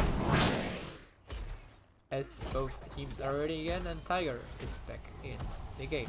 Yep, throw, respawning, 13 and 4 hands up as well. We are giving up the objective for the time being, which is a good call. The 40-second timer is a thing, so there's no need to rush. They get their own siege camp, they wait for throw to rejoin them, and now they can make a play for that objective. They just need to defend it, so they'll have an easier time than attacking an objective. Power side comes through. Stukov already a bit out of position. Nice chunk of damage on him, but it's not enough to kill him. The counter engage from Imperius is there. Stay a while and listen. Hits. That's a brilliant stay a while and listen.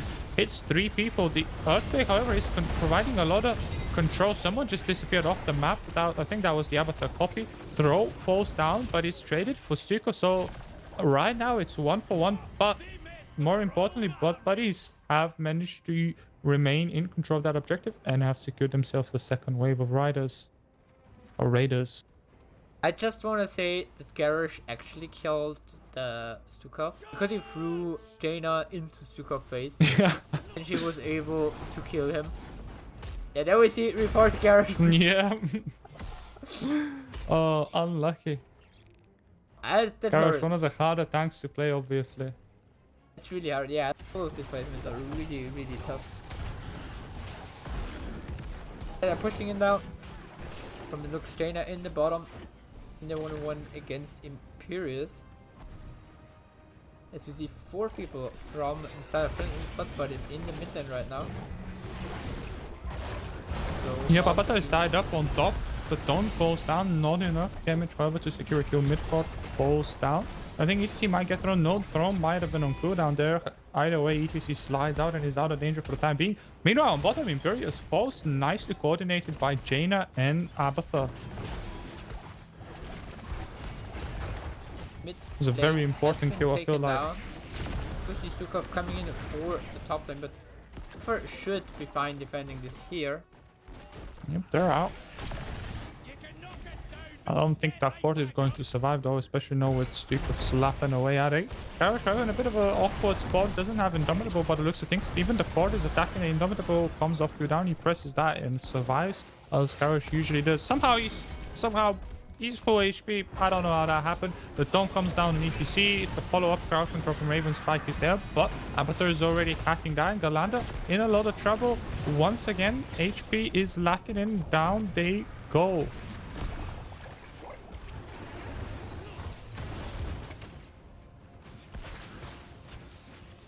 Yeah, with Garrosh being punished there for overstepping a little bit too much.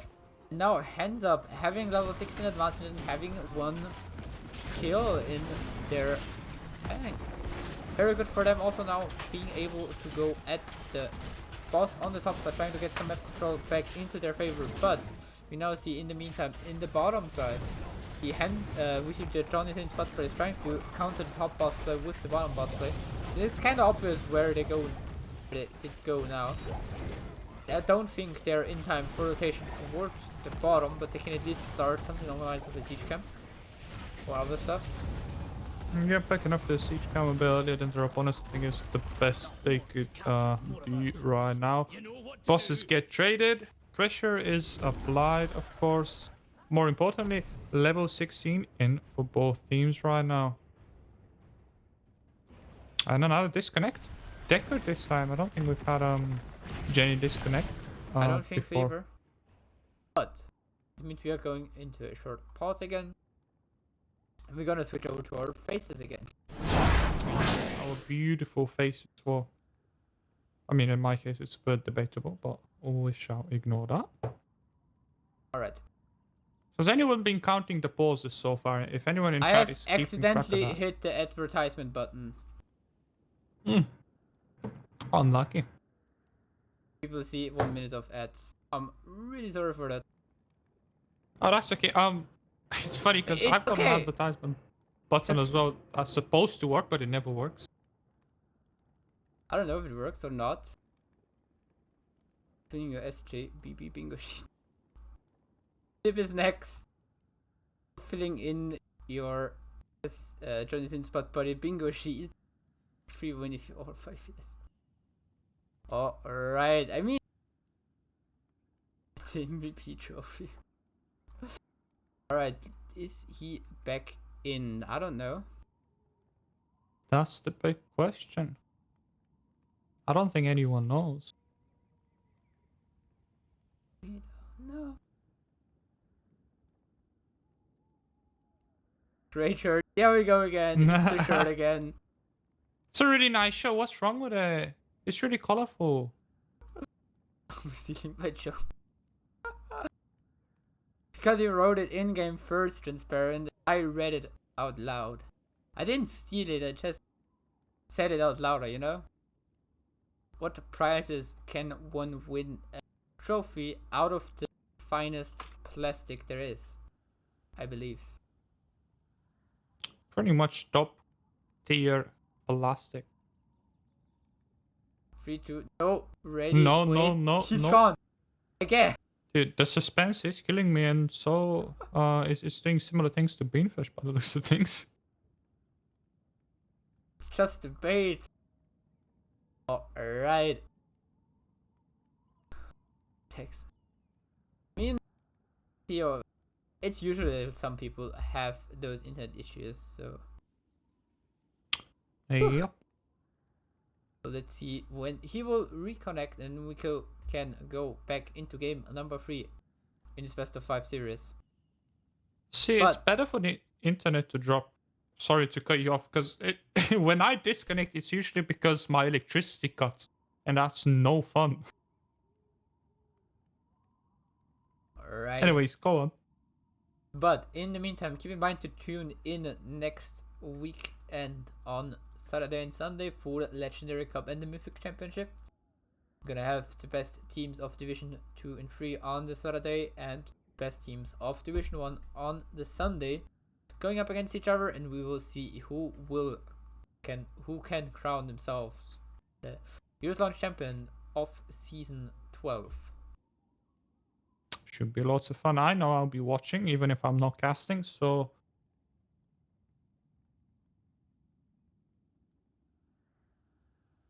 Sorry, Shadow Rider, you look handsome too, but Samus puzzle thing is superior today.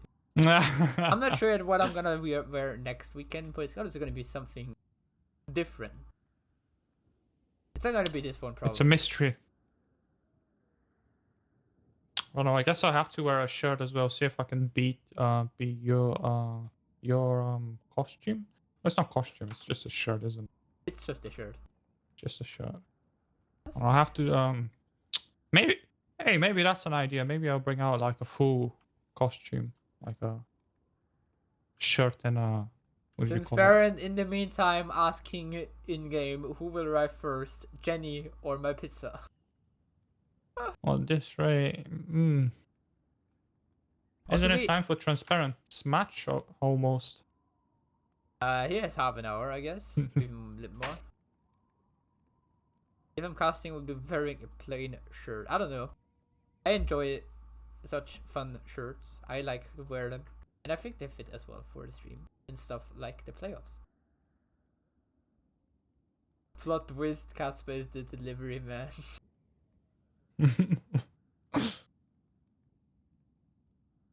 Alrighty. Let's have a look at how long it takes them. Maybe we should take bets on how many more poses there are going to be. Transparent, you should wear a shirt with 2 nuns on. Excuse me? Excuse me? Alright. It's some sort of inside joke, I guess. I guess, yeah, I mean... The internet just noped 100%. He's changing to 4G, dropping in and out, gonna swap to 4G. Oof. Well, sacrifices are being made, I guess. someone's internet data on their telephone might get, sacrificed just to finish the match. But hey, things happen. It's obviously outside of the control of the players most of the time, such things. So I'll just be patient until that gets sorted out. It should be. Shh, But I almost Aviator, bit who my tongue. will be the co-caster in the buff shirt? Excuse me. I feel like I'm stuck on repeating that phrase, but what?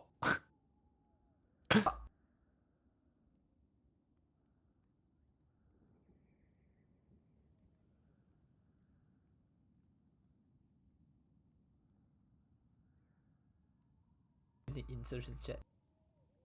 Alrighty. Came back to the Reddit and deceit again. Oh, rip. Wow. Really sorry, guys. Technical difficulties, I guess, will go on. In the meantime, Aviator's still losing points in the chat. Ever unlucky. How many points does he have? None. I just gave him some and he lost them in the deal, so.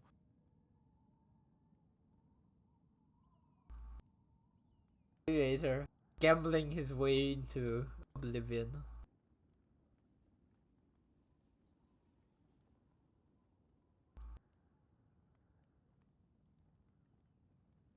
There you got your 100 points back. I got my points back. Oh.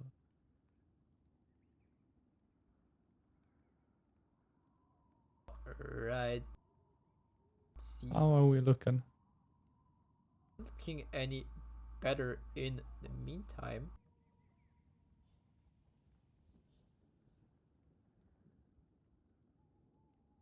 Funny thing is, I've got a ping stuck on my map and it's just pulsing red. It's like, it's really drawing my attention. I can't look away from it.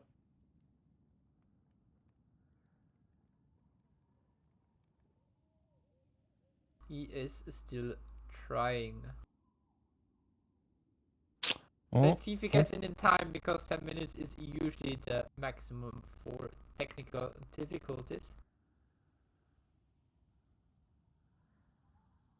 that might mean HandsUp get a win, I believe, according to the rules, or is Yes. it a draw? Oh yeah, it is. Or they can decide to go on with the bot. 45 a day. I mean, And it's staggered, you know, so it's actually possible. Like, just having a it's run behind yeah.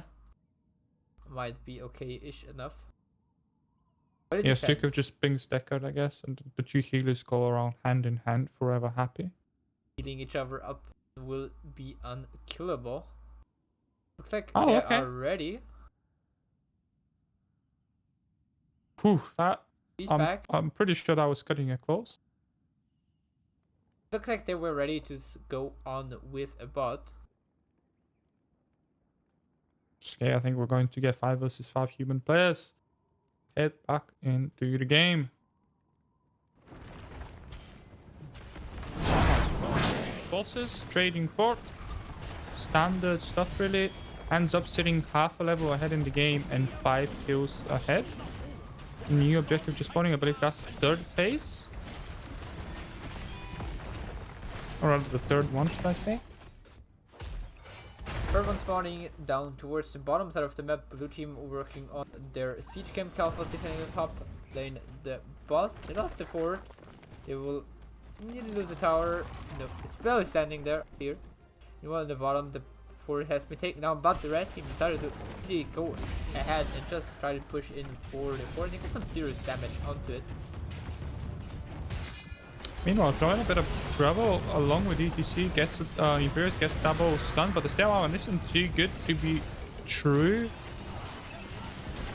As Deckard goes down Mosh Pit in the meantime onto the garage, securing the kill onto him. Beachfish now in a lot of trouble, gets taken down by a Stukov slap. Hodo though, on the run, he's trying to escape. But Caesar, no, he does not. Nice power slide onto White Tiger as he tries to queue in, but the power slide of ETC interrupting him. Yeah, White Dagger needs to get out of there. The follow-up crowd control from popping fresh. Not quite enough to confirm their kill, and Imperius lives to fight another day, but Deckard and Garrosh did not. Of course, that was a trade for a throw, but not quite what Butt Buddies were looking for on that bottom lane trade. Now, the redeeming factor, I guess it's Mosh Pit is on cooldown, so in the next 5 versus 5, that won't be available. Let's see how it goes. I mean, Deckard Sleep is up in 10 again. Phoenix is already up. Whiteman ult still on 15 seconds. Divine Reckoning. Outside of the Brawl, Earthquake also has another 20 seconds. So every ultimate up for the side of the Butt Buddies.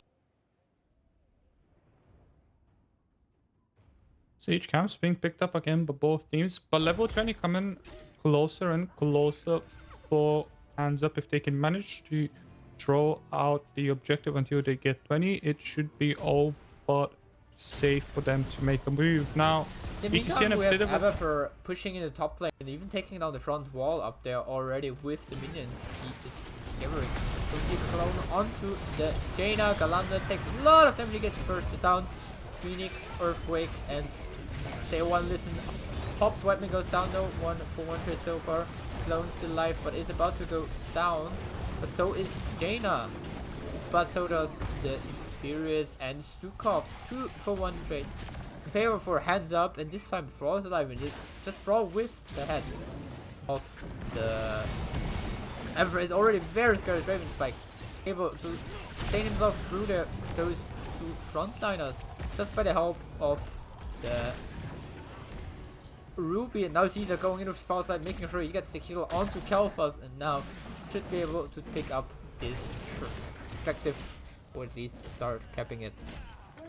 Nice insta-lock there from Cesar86 on ETC, getting that ball of the storm and making good use of it to keep putting pressure on the HandsUp opponents there, which ended up, of course, getting them Kel'Thas staggered death, which is in this position quite great.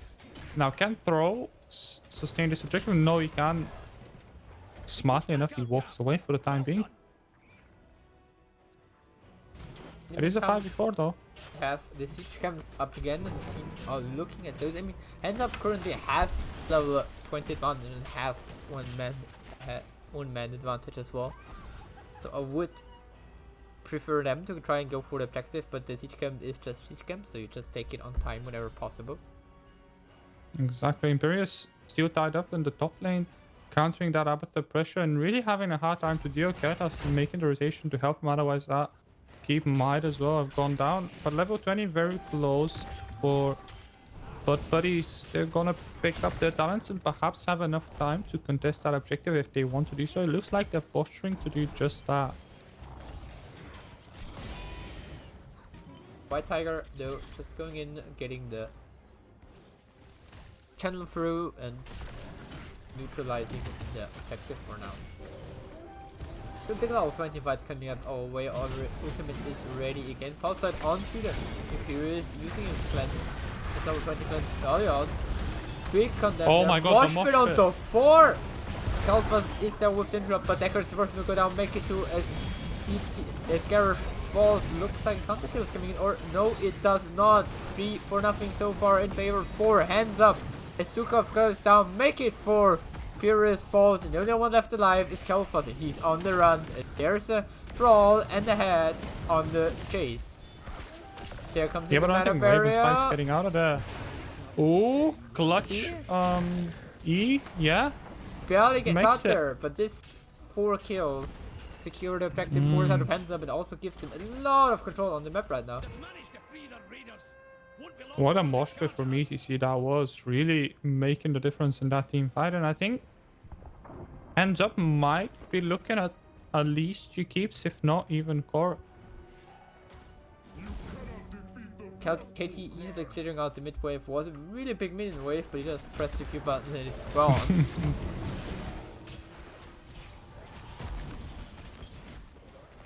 Okay, here come the Raiders. Once still stuck quite far back on top with a big minion wave to deal with there, but Abathur should be able to help that out. Meanwhile, bottom and mid seem to be the lanes of interest for HandsUp as they're looking to get some structures. Suka a bit out of position. Is there a good enough engagement for me to see? There is. No, he's not quite in a position to take advantage of that. And mid is going to get cleared for free in the meantime. HandsUp are going to apply pressure on bottom. They've already opened up the keep wall there, so that keep shouldn't be left standing for too long now. On the objective, pretty already very hard. Spike onto Misha Imperious, but not too much follow-up there. There's a big sleep coming in from Decker onto ETC and Brawl for or getting focused by the Kalphas there, and ETC is able just walk out with the help of the head. Oh my god, that mosh pit again. Actually, it wasn't that good, but it bought just enough time to turn the team fight around. Was Imperious interrupted. Some troll cooldown, so mosh pit is up again. Oh yes, you are 100% right. And there he goes, looking for that mosh pit. Stukov interrupts it, so no more casualties for the time being, but Galanda's stuck on the wrong side of that team fight. Double throw saves him. So only one death so far and one keep is left standing, so the core is kind of technically alive-ish, maybe. I mean, top lane pushed in hard, but it's only 7 Poison alive is KT goes down, and with those 2 kills, I believe HandsUp is ready to finish this game. Yep, that core is going down, and HandsUp are going to get themselves back into the series. They find some momentum. They tie it up. Oh, they don't tie it up, but it's a step in the right direction. G1 for... Jesus Christ, I forgot the name of the team. Coming back into the series. And what a manner as well. That was quite a back and forth game. Well, I guess in the earlier stages, later on, HandsUp really dominated, especially with the mosh pit.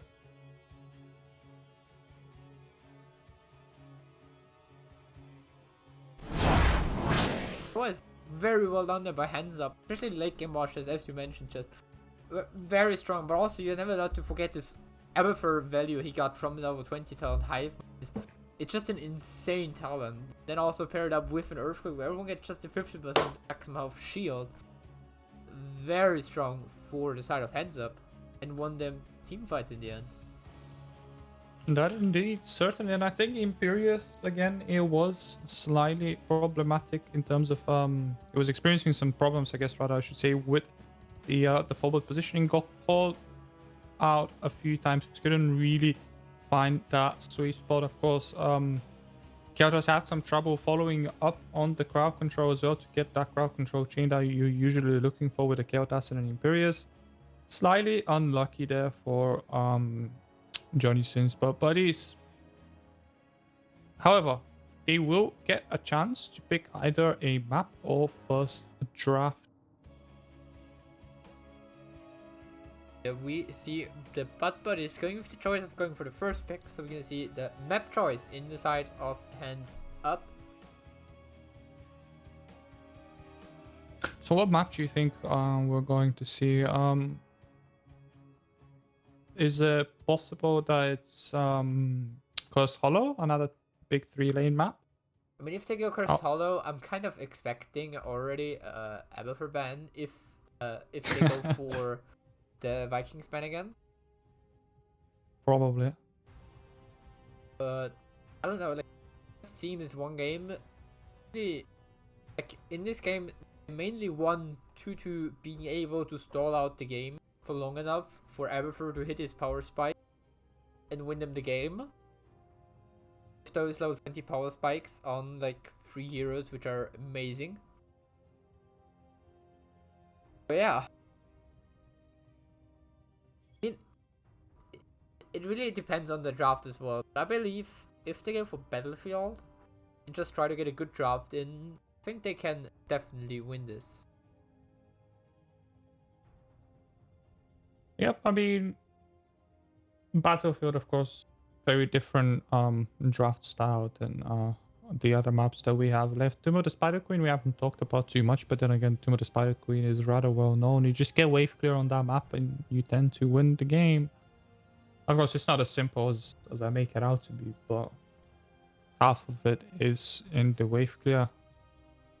Tomb of Spider Queen is a lot about rotation and getting value out of those web weavers, which is usually easily done when you have a lot of wave clip, because then you can do the waves and the web weavers spawn far forward and don't lose too much XP, too much HP by walking there.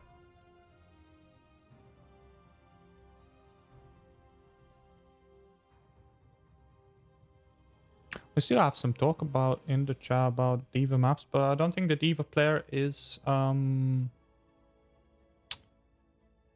the team. Any map is Diva map if you're brave enough, that's true. But yeah, it's Diva player is missing today, it's Quickie. It's usually the main tank player for them.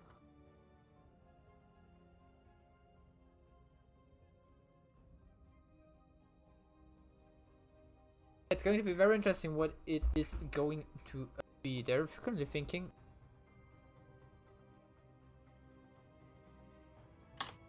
Well, in terms of maps, or just picks in general. In terms of general. But let's Well, have a short look at statistics in the meantime. Just saw some big moshes coming in from Caesar, but when you look at his most played heroes, it looks like he's rather a support player. huh.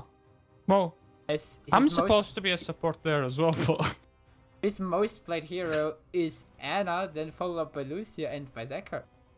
Quite an interesting one. It's probably because of they got the sub in with Poppin on the healer role, they decided to put Caesar on the tank and try to have him do the tanking stuff. potentially, yeah. I mean, having subs is obviously not what you want in a grand final. And it kind of forces you to do some decisions that are not quite standard in your team. So things like your healer tanking, not unheard of, I guess. Yeah, in the meantime, we got the map choice from the side of HandsUp. That's hollow. Okay, so again, value on global heroes, stuff like Vikings and Abatha. Very bannable, very pickable. Yeah, Curse Hollow, really big map. Big map, 3 lanes, lots of talking to be done. Yeah, Vikings and Abatha are up again, a thing and a thing for this, for this map.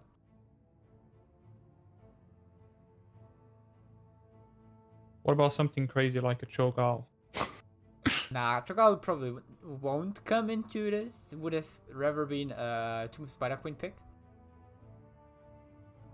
Probably, yeah, not really a great pick on Curse Hollow. Considered one of his worst maps, isn't it? Yeah, because it's such a big map, and with Cho'Gall you just miss one body to soaking. What about a Murky? We've seen a Murky today.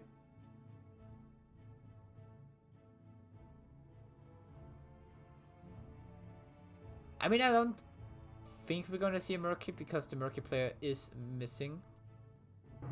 He was the one who had to leave after the semifinals, sadly.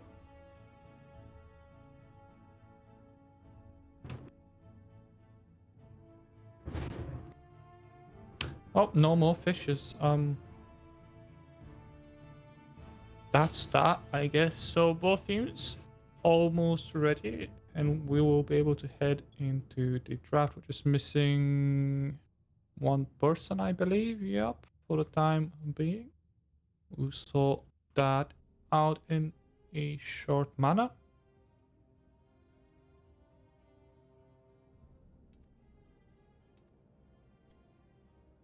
Let's see when they will come. There's only one player missing, so it shouldn't take us too long.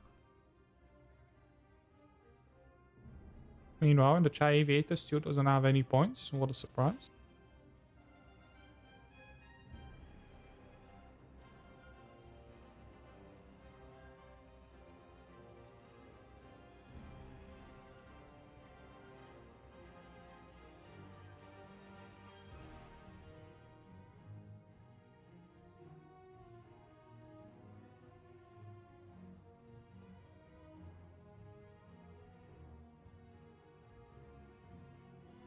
Righty, we got everyone in. Yep. Looks like we are about to start the game. That we should be.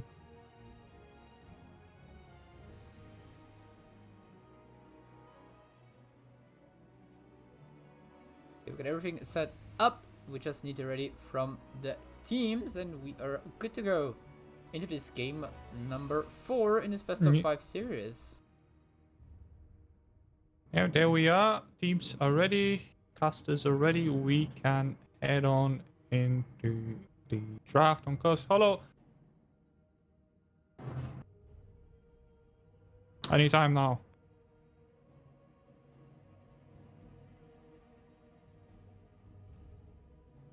Start button has been pressed, and we are starting. How tall it is.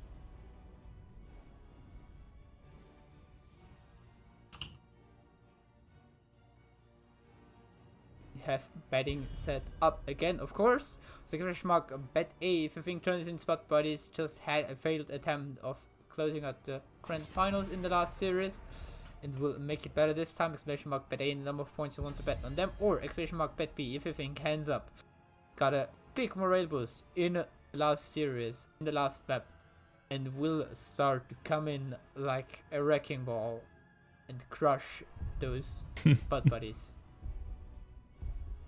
We shall see. And your prediction, Samu, is commentary avatar has been banned out in the first banning phase immediately by Bud's buddies. They're not taking any chances after the last map.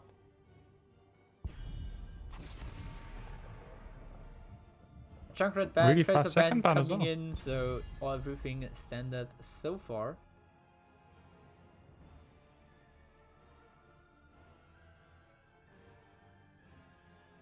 Okay, what's the second ban for our guys and girls in red? Cassia, another standard ban. No, not a surprise there. First picks, what were you feeling? Adriana maybe?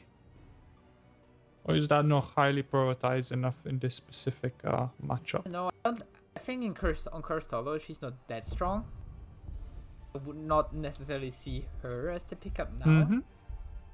Rather, something along the lines of a Tacita maybe, or something like this. Could it be? No! It's the Rega. First pick by the butt buddies. It's going to be interesting if we see the Bloodlust or not. We already see the first counter towards it coming in with the False Start. False Start just gusting them away as soon as they press Bloodlust, and then you just leave, wait until Bloodlust is over, and then fight them again, and both just used one ultimate. Here's the second counter still. Oh, and listen, so the hands up really not lacking any counters for a Bloodlust. Now, of course, it can still be Ancestral. We'll have to wait and see.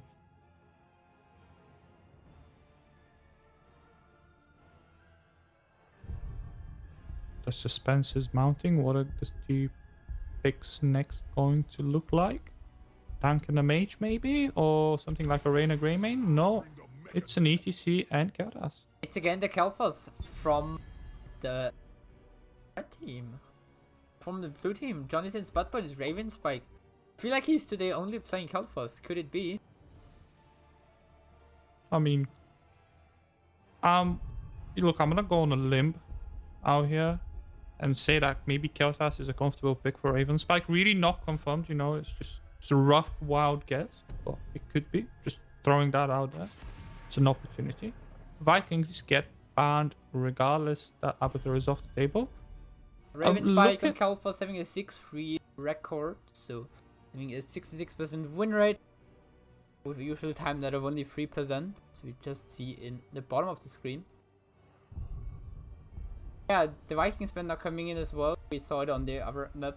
As you mentioned, it is a big map, so Vikings is very strong, and they're also very good into catching up with those soak experience. I wonder if this is going to be... probably not, but it could be an ETC off lane with the global for the stage dive. But I figure chances are slim. If there's one map you can pull it off, otherwise probably Cursed Hollow, the other one Alterac Pass, but we've already seen Alterac Pass come and go. What is it going to be? It's going to be Diablo and Jaina, leaving the solo lane open for last. Possible dark again, by the way.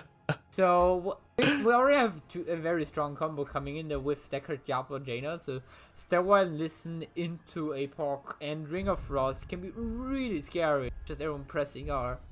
and everyone in the opponent team dying, and then Falsta's like, I pressed R as well and gusted them out of everything. Oh no. Now we see the next two picks on the side of the bodies, and they are going ham with the front lines. They go with White Tiger picking up the Imperius again, and Hodo as the main solo laner for the team picking up Ural. Having again a triple frontline from them coming in.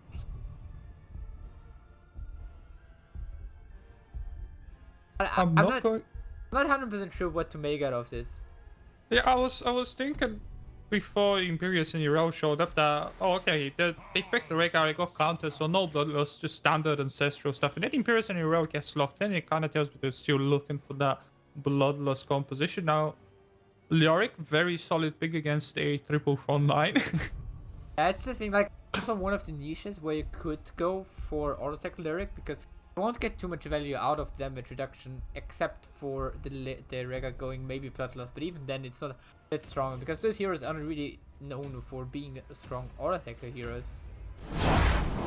Rather assume us seeing an Autotech build, or maybe even a Drain build, coming in from the sides of Lyric, as those will just have much more value against Imperial Zero and ETC. Make sure they have a rough time diving in, because then the pick just with the mace to the face. Especially if you have false start on your team as well, so if the opponents ever try to hard engage, they just get gusted away. True. Really, really tough one for them. But we're gonna see it in game as we're jumping into map number 4.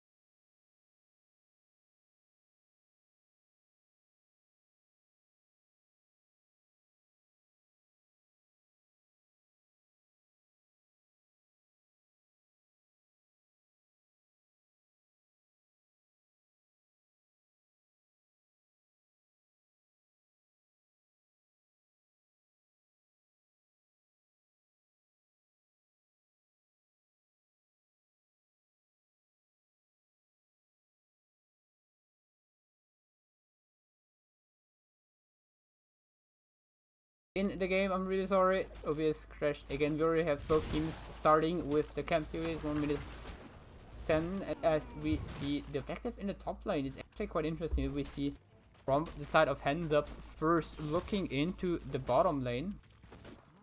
All we have on the top side, we have, on the left side, the blue team looking into the bruiser camp first.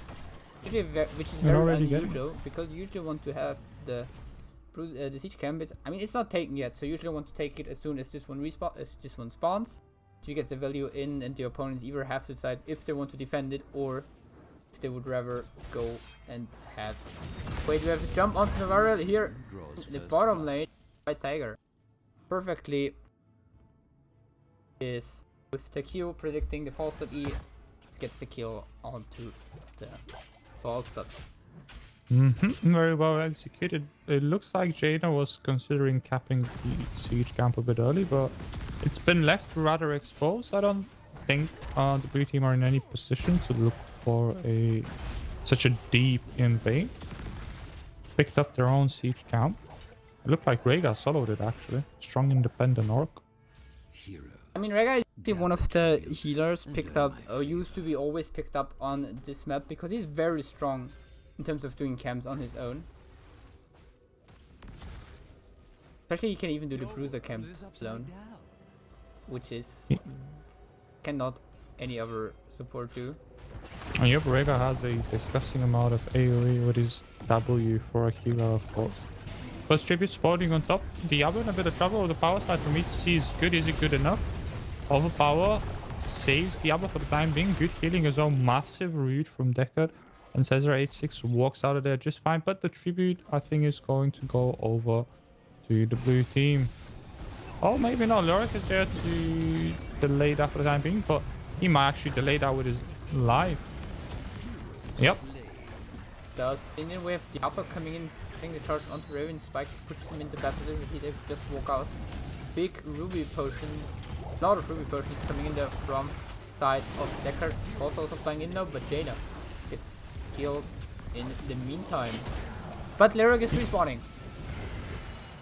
Yeah, he's come back and quite a few people are out of mana on the blue side of the team. Namely, Rhaegar and Imperius. So they're really just glorified minions at this point. They have to back off and that force that making the rotation, clearing extra minions, trying to get that 7 before he flies in. Landed, going for that channel. Don't think going to get it just yet. Diablo is there to interrupt with a W, or maybe not. Decker Kane tries to interrupt half a second too late. Meanwhile, Raven Spike and a lot of trouble in the backline gets forced out by Jaina, but the tribute has gone over to the blue team. In the meantime, we already also rotating down towards the bottom lane, trying to help out his siege camp down there, but also White Tiger coming down now as Imperius. And this is one of the problems with Imperius. You're not really able to clear this camp in any way or form. You can bully away the false up, but that's it. I've already took a lot of time from minion wave earlier, so he will still take it down quite nicely. Hodo coming in now for false up. Just trying to get him in. There's a knockback from Iral, and he gets taken down. Down goes the bird indeed. Rather unfortunate timing, of course, as just the next tribute is spawning. However, it is 4-star. 4-star has access to global, so yeah, it's not the end of the world. But he's pulling further and further in XP, and if I am hands up right now, I would be getting worried because this is starting to look reminiscent of game 1 and 2. Looking at level 4 on the Valero, we see Ghastly Reach this time instead of the Falcons, because you don't have to clear that many waves on this map compared to others. You also don't have to use double so compared to others. He's just going for the range. Oh, Diablo getting engaged on there. High Imperius, now you're coming in as well. There's the overpower though, and to push into tower range. Now she's taking a lot of damage. She's able to give herself the movement speed and get out, but no warrior chasing in, seeing his E, gets punished for it as he comes in from the side with the power slide, finishes, gives his team the kill. Really unfortunate mistake there, yeah, by both staff there, dropping for the second time in a row, and the tribute goes over to the blue team. I don't think, almost said Oreo. Murel is in any trouble on the bot lane. Yeah, she is just fine. Now, third tribute spawning. This could be a curse, especially with level 10 coming so close for bot buddies. And it is here, it has arrived. Better his hands up is also half a level away from it still. They have not really any chance of getting level 10 themselves. Yeah, I think they will get it in time. Now, whether they can get in position to contest, that's a different story. It looks like they might be able to do so. Kalanda in a lot of trouble. The Entomb comes down. White Tiger, she slash whatever is stuck in the Entomb and falls down. Kalanda with the mosh pit gets a lot of stun value, but not enough damage. Actually, no any damage there to follow up. The curse goes 3, but at what cost? You people are dead. And White Tiger has disconnected once again. Right. Another DC coming in here from the teams.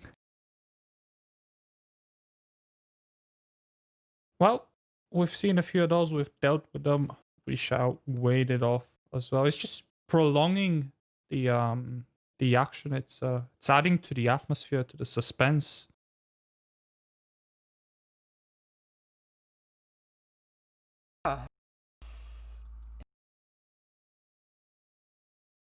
I mean, those 2 kills for the side of HandsUp is really helpful for them. Mm-hmm. Gets them back in the game, doesn't it? Or if nothing else, at least it prevents the game from snowballing out of their control.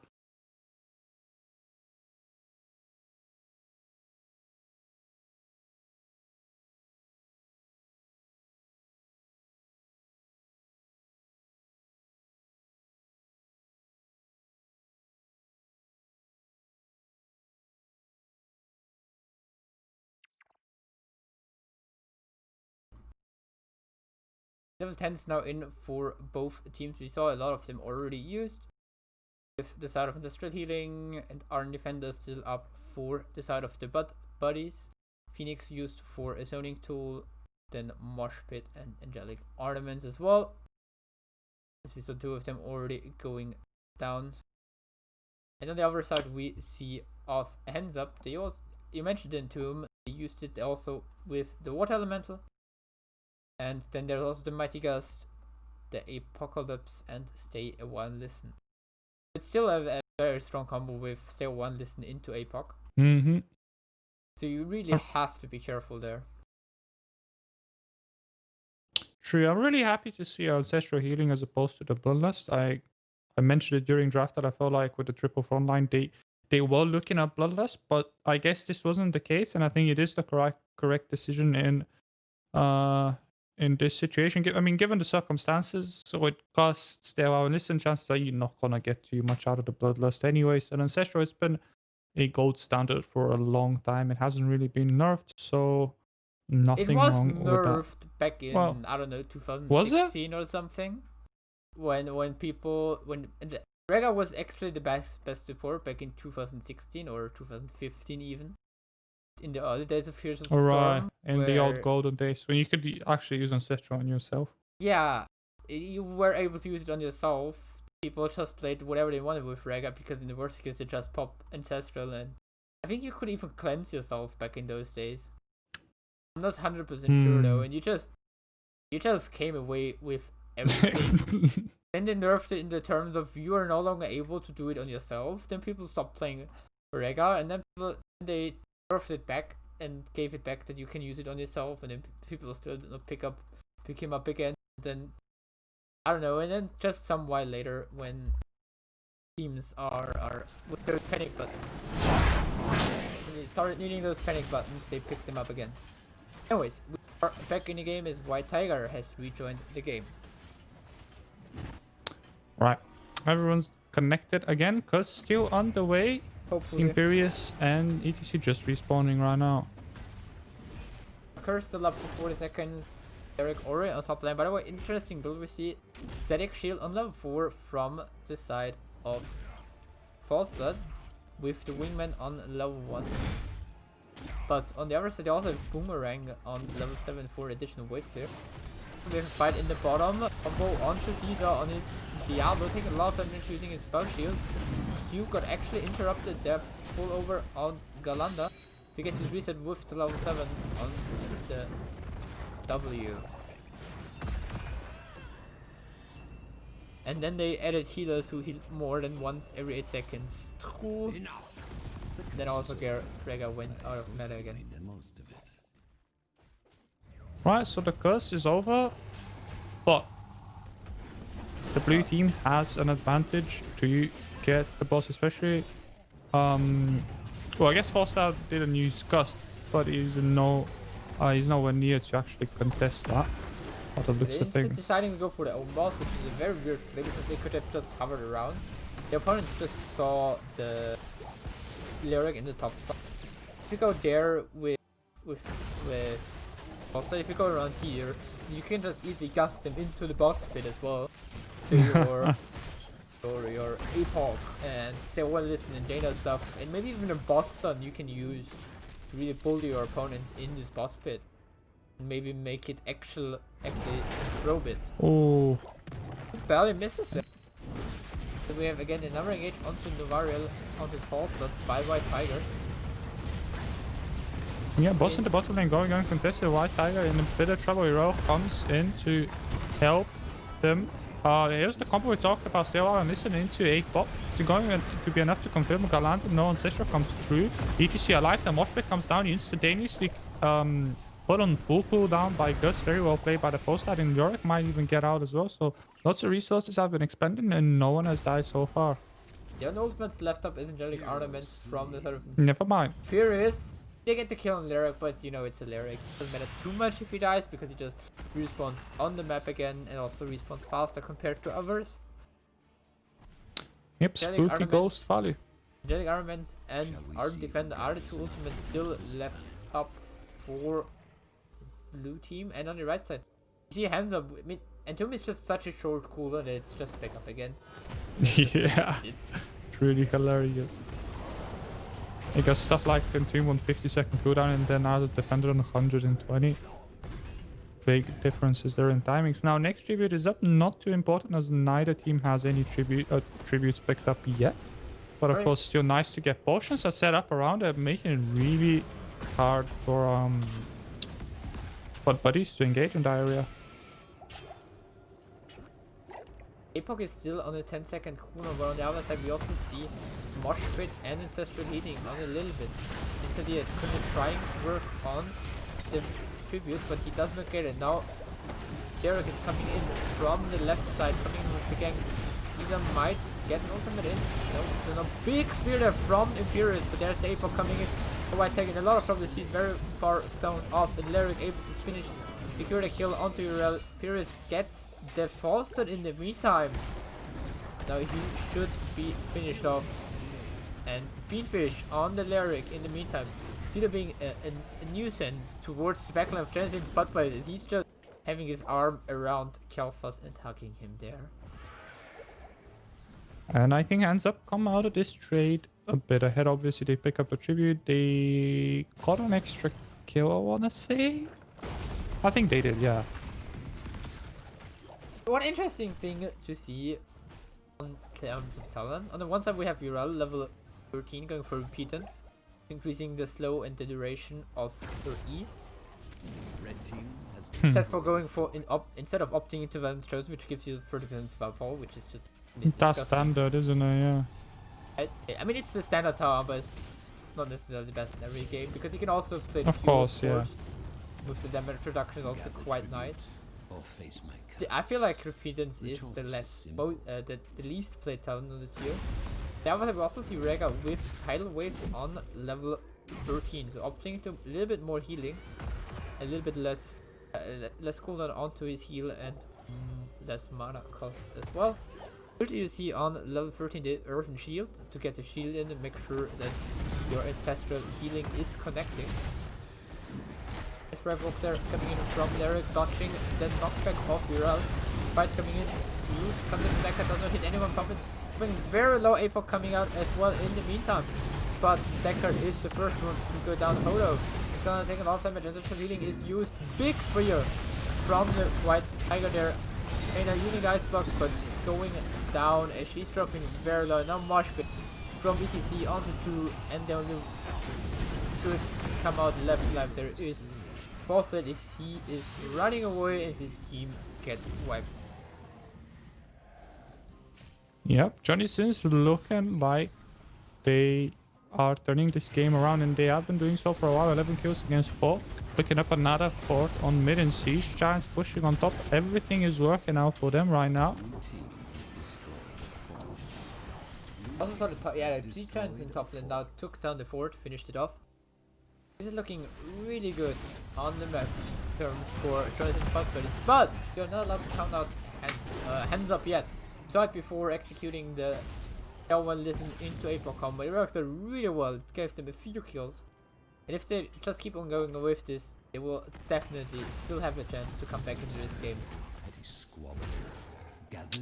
Okay, blue team making a rotation for that boss. Meanwhile, the tribute is spawning on the top lane, so slightly unfortunate for Bud's buddies. Is there a counter rotation for the red boss? No, doesn't look like it. Diablo and Jaina, along with Deck, is too caught up on that bottom lane. So that's a free boss going over to the blue team for the time being. Meantime, we saw from the red side, a Bruiser is about to be taken for the mid lane. Looks like Johnny Sins just go for this tribute themselves, and HandsUp decides to defend the waves rather than fighting for their own boss. They make now move towards it to see that only Rega is on the tribute. They're hovering around. Real dangerous spot for the side of Johnny Sins spot buddies. Yep, they don't want to stick around too long. The boss is pushing on bottom. They got the tribute really there in a good position. They are engaging, however, you can see looking for that mosh pit, but it's still on 2-second cooldown. The A4 comes down, hits enough people to be worthwhile. We're already dead. Kel'Thas following, and I think HandsUp have done it. They've turned this game around once again. Blah blah blah survives in that stasis. Falls that there to help. Massive mosh pit There is no gust, there's no interrupt, there's nothing. Ancestral comes through and saves ETC, but blue health pass is still falling low. Popping Fresh somehow survives through all that, and I think this is going to be a team wipe for nothing. No, ETC gets out, but doesn't matter. Will he get out? Oh, will he? He might not. He might do. He might Bean not. Fish Bean is- Fish! Mace He gets it. Heroes. to the face. Bean Fish is able to Wraith Walk into Red team. ETC and finish him out. But, I mean, with the boss from the side of Transcend Spot is pushing down the bottom lane, taking down the keep and already started on the core. It did not barely take down the shields. But it was still very, very dangerous there. It was a very nice fight by HandsUp. It's exactly the same Yeah. the thing I said before. You have to execute this comp with 7-1 Listen and April. And in this case it was even quite interesting because he got gusted in the same moment. They got 3 plays and then the April came in. So 2, I think TC and Imperius was it? Just zoned completely off their team and then even got hit by the APOC afterwards. This Yep. really gave HandsUp the space to make sure and secure the kill onto the Ural and Kalfas. Now 20 is coming in for HandsUp very rapidly. Do you think we're going to see Wind Tunnel? Kinda expect to see Wind Tunnel as it's, I would say, the best talent on Falstad still. Yep, Shall there we it see is. who gathers enough tribute this Nexus Frenzy is okay-ish with auto-tech builds sometimes. But Wind Tunnel is just itself such an amazing tool in terms of CC. Because you don't just saw it. Wind Tunnel is, Gust is not only a tool to zone people off. Also, you can just push them into a wall and then have your Diablo follow it with the APOC or push someone into the wall as well with his own Q. Then you have a complete nice setup for Jaina to just drop her Blizzard on 2-3 people stacked up at one spot. We see it with the blue team, them not having level 20, even now willingly giving up the curse and giving it to their opponent because they're half a level behind level 20 and cannot really fight this. Yep, and Bruiser Camp is pushing down the middle lane, so that's quite safe for the blue team for the time being. Costa Camp will get. No. Ooh. Costa flies in, slightly too late. Red team has destroyed a fort. And it feels like HandsUp, they are really spoiling for a fight, but they can't quite find it. We need to be that extra little bit aggressive. In the meantime, HandsUp pushing in the top lane now with their first Diablo charging and looking for a negate, but gets knocked in now himself. There's the stay a while listen coming in as well. Double Ancestral though, keeping ETC alive. Mosh Pit is in now. Galanda dropping very low, but there's the Death Mosh as well. Now the Wind Tunnel coming in zone of 4 people on the side of Transient Spot, but it's no one of HandsUp is going to die in this Death Mosh. Curse over now, and ETC sees a go for Imperius. Getting one wall stun. Oh, Very turning nice around defense. people who auto. Getting another stun, but he's able to pop his Arctic and a Beanfish in the meantime, taking quite a lot of damage from Raven's Bike on his Kalfas. Meanwhile, there's been a giant camp pushing that bottom keep. Taking it down in HP to 1/3. Of course, the keep does stay alive, but it forces a rotation from the blue team down to the bottom lane, which means HandsUp realize that they can take their own boss for almost free.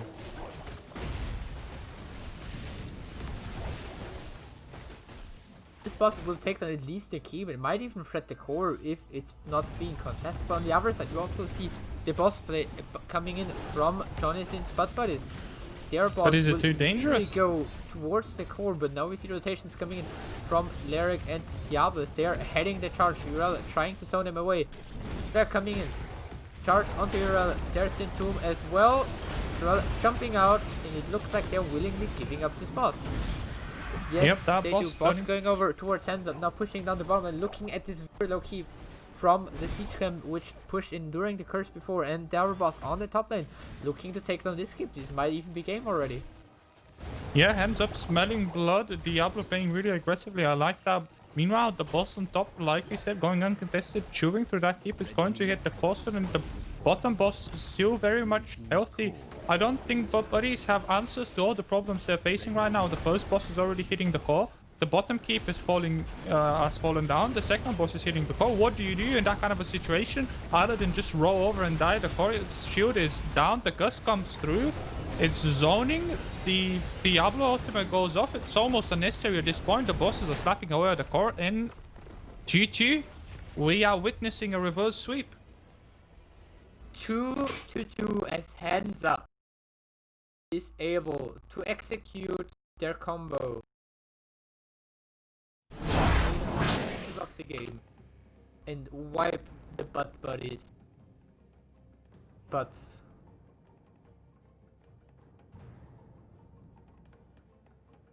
So that was something. Double boss at the end on the core. You don't see that too often. Yeah, I mean, I have to say it's really well played by HandsUp. I really liked the draft with the Diablo Decker Jaina combo. It's really scary. And also having a false start. It's just a massive hero with the Gust himself, and we already saw it a few times.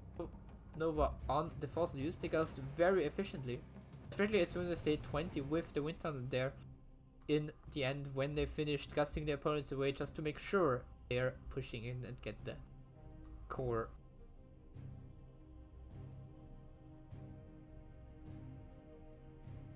This means we are going towards a 5th map in this best of 5 series, and only 2 maps are still left open.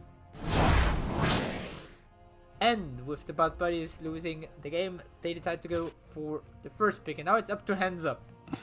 Do they want to go to Battlefield of Eternity or Tomb of Spider Queen? If I had to bet any money on it, I would say Battlefield. But fortunately enough, I don't have to bet any money. Because we all know how good of a gambler I am. On the bright side, I've made some points. I've got almost 1400 points now, so coming for you, 10k. Soon you're gonna have nothing in comparison to me. Only 2 maps left. What will it be? I would actually, I would prefer to see 2 of the Spider Queen. I feel like we haven't seen a game on 2 in a while, or at least we've seen more on Battlefield of Eternity than on Tomb. What do you think, Samu? I mean, I personally would love to rather see Battlefield over Tomb. But it's mainly because I would see every map rather than Tomb, except for Warhead and Black Hearts. Because for me, Tomb is the worst map in the game. I just hate it so much. So would really love to rather see Battlefield, but no.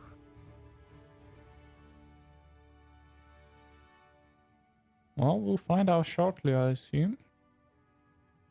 It's going to be Tomb of the Spider Queen. Unlucky, Samu. Unlucky for you. Lucky me.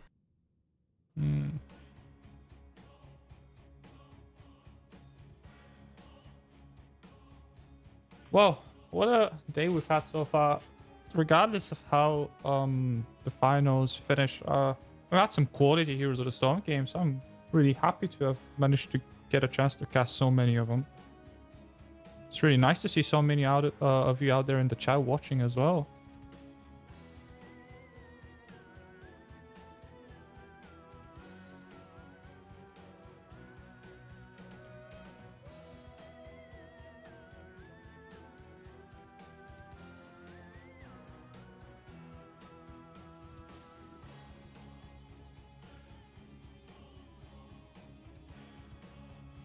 Right, I believe your camera froze again, by the way.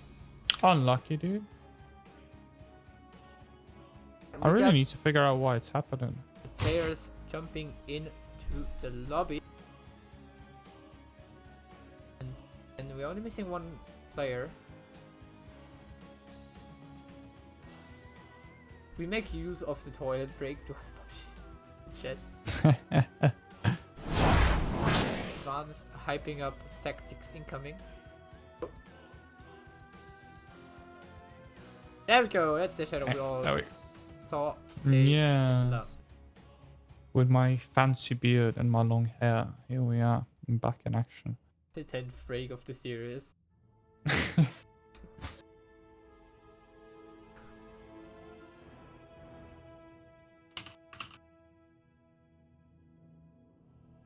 mark points to see how many points you guys have. I'm even up to 25th now in the total leaderboard. Jesus.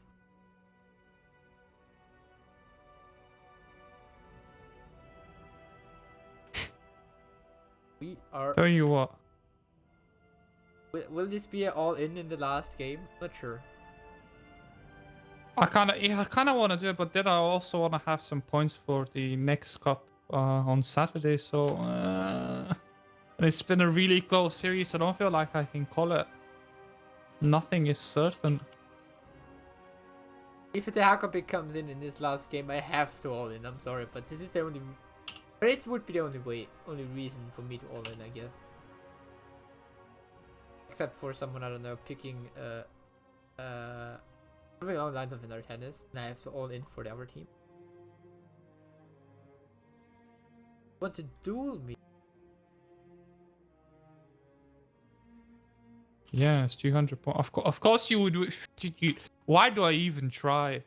That's the mod Why? advantage. Why do I even try, dude? Oh, I don't know. I need to quit gambling once and for all.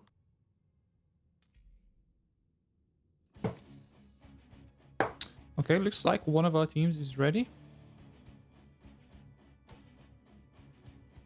The next challenger coming in.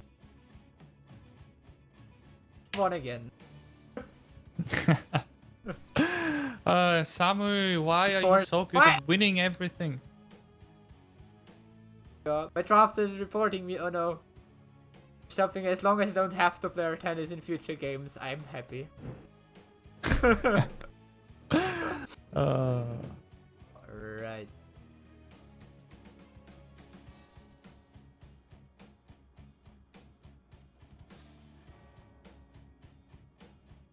Alright, we are fully about to jump into this next game. Everyone is in the lobby. Some people seem to be AFK though.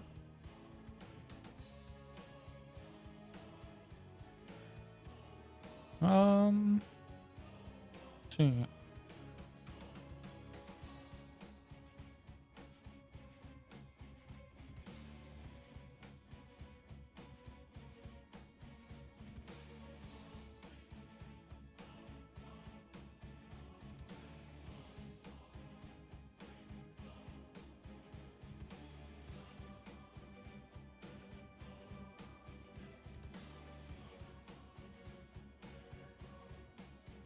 Oh. Who are we missing? Someone from HandsUp? Looks like this. A little bit of a longer top bio break, maybe.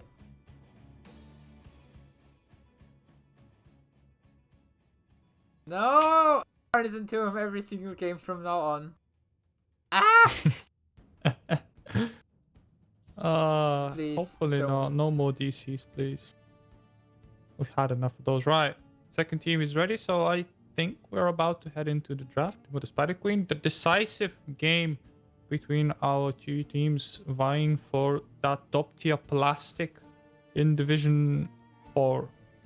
Yeah, I mean, all day was looking pretty boring with only 2 series, and now we come into the finals and we already on 2-2. This is already looking very spicy, and we are about to jump into this last game of this best of 5 series.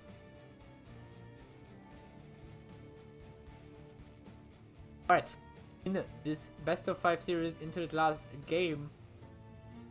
What? No. Oh. No? Okay, suddenly. Unlucky. Suddenly, his butt buzz is no longer ready, I guess.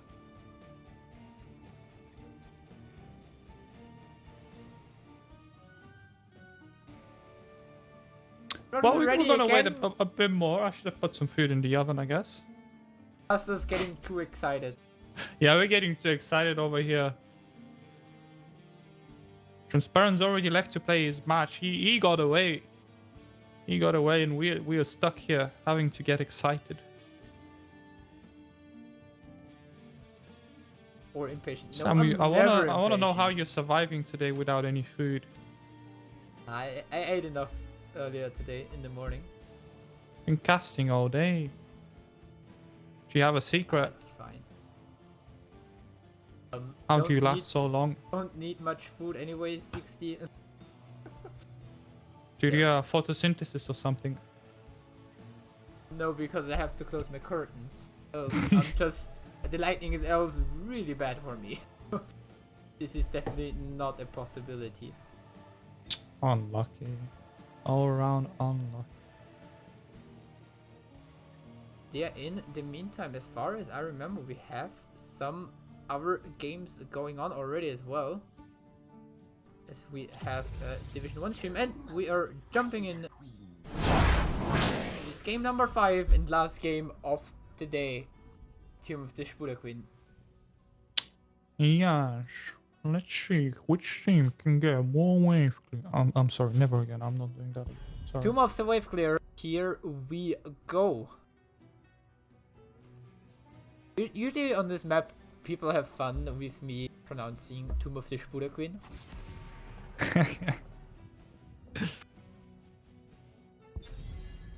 Starting the bands, as usual, Johnny Sins don't like Cassia. They really Big don't like surprise. this hero. I mean, Shock. it's quite understandable. Yeah, I mean, it is Cassia. She did get buffed a decent amount. They get adjusted afterwards in the next patch. I don't remember. I don't play Cassia myself, so I haven't been keeping track of it. But let's see if that's enough. Explanation mark bet B in the number of points you want to bet on. If you think hands up, make the reverse sweep happening here in the 5th and last map of today, Tomb of the Spider Queen, or explanation mark bet A if you think Jonathan's Butt Buddies will find back to the form in the 1st and 2nd map and will close out the series with the last attempt of winning it. Tracer Jungler ban coming in again as expected. Now the Deckard really scary on Tomb of Spider Queen. I will also ban him compared to heroes like Imperius. But this leaves Johanna, and she's going to be the first pick. We talked a lot about it, and she's really priority pick for a lot of things on this map. Just because her amount of wave clear she's bringing to her team in as the front line, and also the way she's very safe in terms of she's having the iron skin for the worst case. She has a lot of disruption tools for the power. She's a very hard to kill hero. For the alliance above all. Okay, that's our Anduin being the picks of choice there for hands up. I like the Anduin both as a healer choice and as a denial pick, of course. You don't want to face the Bless Shield, what's it called? Light Bomb combination? That's pretty Falling strong. Sword Light Bomb it shall be. Maybe. That used to be a thing for a while, wasn't it? It still is a thing depending on the thingy. Depending on your team and the opponent team. If your team tries only to go into your opponent team tries to dive the backline, the Falling Sword Light Bomb is still a very valid choice. But if the opponents are rather engaging you than you them, then you might kill your team if you just go away for 3 seconds as the main tank. Anyways, Johnny Sins Butt Buddies picking up the Kelphas again. What a surprise. Genitalia after the Deckard being removed, falling back to his / its second most picked hero. It's the Malfurion. Right, so Malfurion obviously works quite well with Kel'Thas, just feeding him mana and giving him extra spell reduction. Kel'Thas already one of those mages whose spells are not on the longest cooldowns ever, so you get lots of poke, lots of AoE, and the latter quite important on Tomb of the Spider Queen, like we talked about. Lots of wave clear is always making your situation better. Now, second ban phase, Diablo and Valor. Interesting. Can we talk about those bans at length? Yeah. They're going to be. They still miss the main tank. Nope. They will leave the main tank for the last pick as they decide to go for a Leoric again. Who's a very stable on Tomb of Spider Queen usually because he has a very good wave clear. He has with the Wave Fog. It's very hard to gank hero. So he's usually a very good stable for the bottom side of the map. And then we also have the Sylvanas coming in again for blah blah blah. It's a very nice pickup inside of the Entomb to throw in the Wailing Arrow and get level 20 Tomb on level 10. Okay, Hero and Orpheus. So double mage composition here for Butt Buddies. I mean, if there's one map where you can get away with double mage, probably Tomb of the Spider Queen because of how reliant you are on wave clear, I guess. One thing, Orpheus was even banned out against White Tiger a few times already. We just see it in the bottom. 5-0 is the record for him on this hero. Which is, I think it's his third most played hero right after Vala, because Trace also gets banned out a lot, which was his Quite often, third yeah. most played hero. So really comfort pick for him coming in here, which can help a lot. But as the last pick from the side of HandsUp, we see Caesar, after having some nice games on ETC and Diablo in the last one, getting some nice CC, and this time picking up the Garrosh himself instead of giving it to Garlanda. Now he's really able to punish Ural and Orphea a lot if they make any misstep. Orphea has the one problem that she kind of has to get close to heroes to deal a lot of damage. Especially with her W, and then Garrosh can easily punish her for that. One thing you usually don't want to do onto Orphea is the Entomb from Lyric, because you can just Q you and dash out of it, which is a really weird interaction, but it's good for the storm. Yeah. So you have to be careful for that one. Garrosh with the throw, taunt, and knock up is a really scary hero, especially for Orphea coming in. But also we see on the left side of Jonathan's Butt Buddies, we see the double mage combo with Orphea and Kalphas coming in there.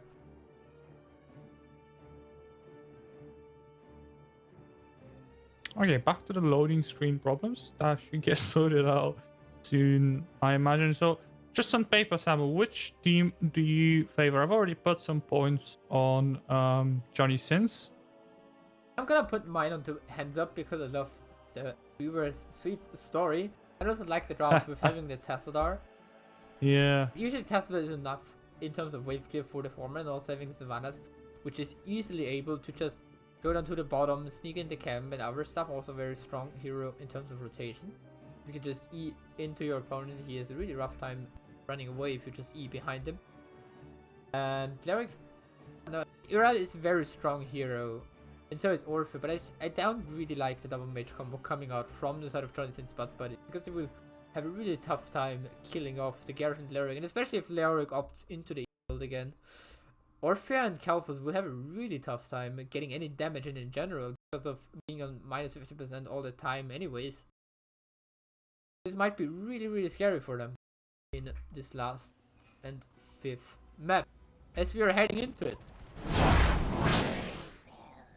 With the left side, Jonathan's Butt Buddies Raven Spike for, I believe, the 5th time in this series on Kalphas. Genitalia playing the Moffer and White Tiger, this time on Orphea Hodo on Ural. And last but not least, it's Johanna being played by Galanda, and he's having another disconnect. Going up against in red, making the reverse sweep possible, living the dream. We've got HandsUp with Novario on Tasta, popping fresh. Oh my god, another pause on Anduin, blah blah blah on Sylvanas. And I guess I'll introduce the last few players now.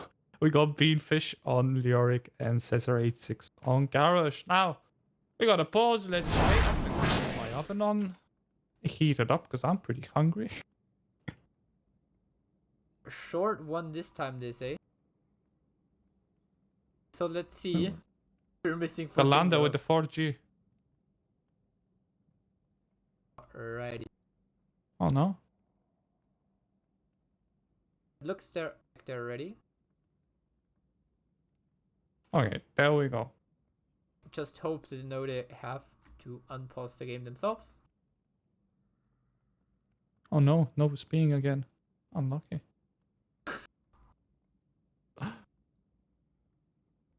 Alright, the teams have to unpause themselves. Alrighty. Hope they will realize it in a second. They will find out soon enough.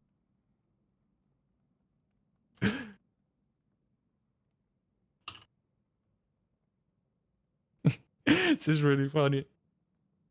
He keeps saying. There we go. Alright, I pinged them in the match launch. Hopefully they read it in time.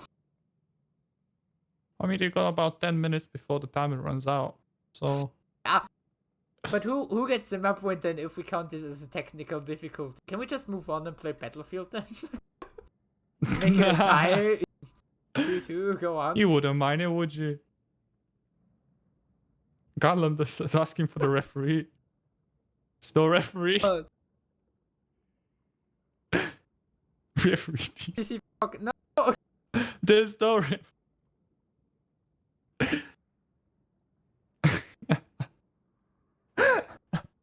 Oh my god.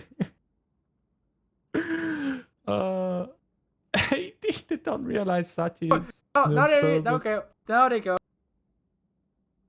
Okay. There we go. Realizing Uriel's catching on. There we go. There you go. Alright. Nice.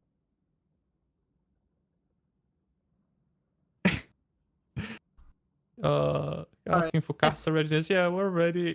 We can't even tell you though. True. We can only have the observer text right now. Yep. So just for people knowing our problem, because when you're just a spectator, you don't have the all chat, so you cannot spam the players. Hashtag observer problems. And They can't see. No, we can see, chat. It's just that you can't see our chat. We see you and we're making fun of you. Alright, we're back into the game. Oh. Game number 5, very last one of this series. Game of Spuda One. Queen. Yep, one pulls down. 5 more left to go. Looking at talents. Another W build from Tasta with Sign Fusion on level 1. Navarro apparently really liking this talent. Her was instantly the throw onto China, but she popped Siren skin. Imagine that casting disconnects all of this. Yeah, imagine that. It's mainly my OBS dying, but I don't know, it's the case since 3 days or something. It's the last cast I did, first time. But yeah, they're already mid lane. You currently see the team, of course, having a little bit of a wave advantage right now, with having the Tranda in their team as well as the Calvas with Orphea. In the meantime, within the bottom lane, a pretty not intense 1v1 as long as the Eric hits his drains, neither one of them should really lose a lot of HP. Yep, it should be all about that 4v4 rotation between mid and top lane. Unless of course one of the teams decides to gank bottom, but Leoric and Euro are no easily killable. They're one of those solo laners who are quite hard to gank.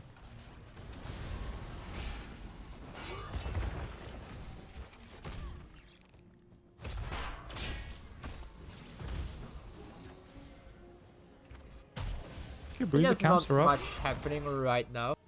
No, I mean either team could go for a camp, but that would mean they would that would mess up their rotation slightly.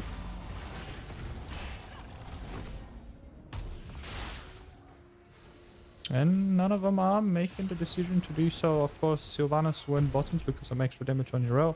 Didn't quite find it. White Tiger making the counter rotation, and now Kingfish coming under a bit of pressure, but nothing too serious that he can't handle. Meanwhile, in top 3 versus 3, Garrosh can't quite find the throw he's looking for, so... So in the meantime, 0 in the bottom versus lane, Sylvanas is going for the siege camp. Going to be Dude. starting our Orpheus back towards the mid lane. Sylvanas, by the way, But this buddies time realize. on level 4 unstable poison, so she's trying to get even more wave clearance for her team. One-shotting those waves. Okay, siege camp has been capped. Meanwhile, Orphea is looking for that bruiser camp. Mofurin going over to support her. Not the quickest siege bruiser camp rather there by any means, but it will eventually get cleaned up. And so far ends up not showing any signs or any indication that they want to cap their own bruisers. They're happy making use of that siege on bottom. Meanwhile, top, it's a 3 versus 2 situation. Joanna needs to be a little bit careful once the Iron Skin falls off. Throw Garrosh could onto throw up. China to make sure she's not able to pick up the globe for Kelfos, and then Garrosh picked it up. Nice one. Alright. I liked it. Alright, a little bit of a turning coming in from the team in blue so far. White Tiger has to turn in as well as you realize you. Yes, that's true. Yeah, White Tiger getting 6 more in. But in the meantime, the red team, Hands Up, has enough time just to take down the mid bruiser camp. Oh no, but he's slightly ahead in the game by virtue of them turning in a few extra gems and having one camp. Or I guess they don't have a camp advantage necessarily because red team did pick up siege, but they're ahead a bit in XP. Level 7 is in for them, and it's coming just around the corner for the team in red as well. Well, in the meantime, you can press Control 6 now the OBS, and then you see the carrot objective.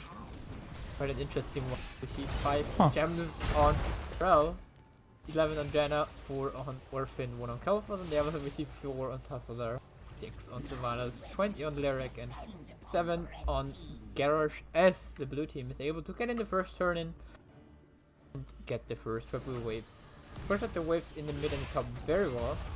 The wave waves are spawning very far forward. They will get a lot of damage down onto those walls. Sylvanas helping with the defense in the top lane. Throw from Garrosh into the Janna, taking a few shots from the fort. She's just popping her iron skin and walking out. Yep, Janna, of course, quite hard to kill. The top web weaver has been dealt with, so the boss isn't going to keep anytime soon. Dasta meanwhile falls on mid Althea, getting some free rain there without Garrosh to keep her in check, chasing him almost into tower range and playing off. So first blood picked up by Butt Buddies, looking to start the game strong. 1 web weaver phase and 1 kill. They should be feeling pretty confident right about now. Also got all 3 walls with this first blue wave, so they already got a big lead in terms of experience. A little bit more in the level they are ahead. They might even right get now. a fort on the bottom lane the way it's going. Oh, I'm lagging? Oh no, you've disconnected. Unlucky. I'm back, it's fine. Go, I'm back. Alright. Go, Whoever I said will- casters disconnecting in chat, they cursed us. Yes, it will. The Urelda in a very bad spot, but she's able to pop her ultimate. So, being fine for her. Greenfish gets away, just barely 350 HP, that's just enough. And the camp is stolen. I mean, without heroics, it's not like HandsUp could have done too much about it over there.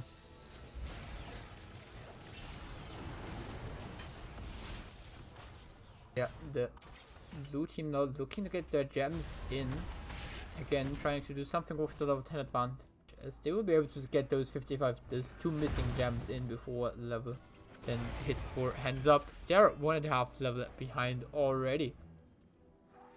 Okay, so narrow window of opportunity for the blue team here to turn in their gems. Garrosh having to delay there with Anduin, a bit dangerous as heroics are not quite in yet. Rel recognizing that and engaging.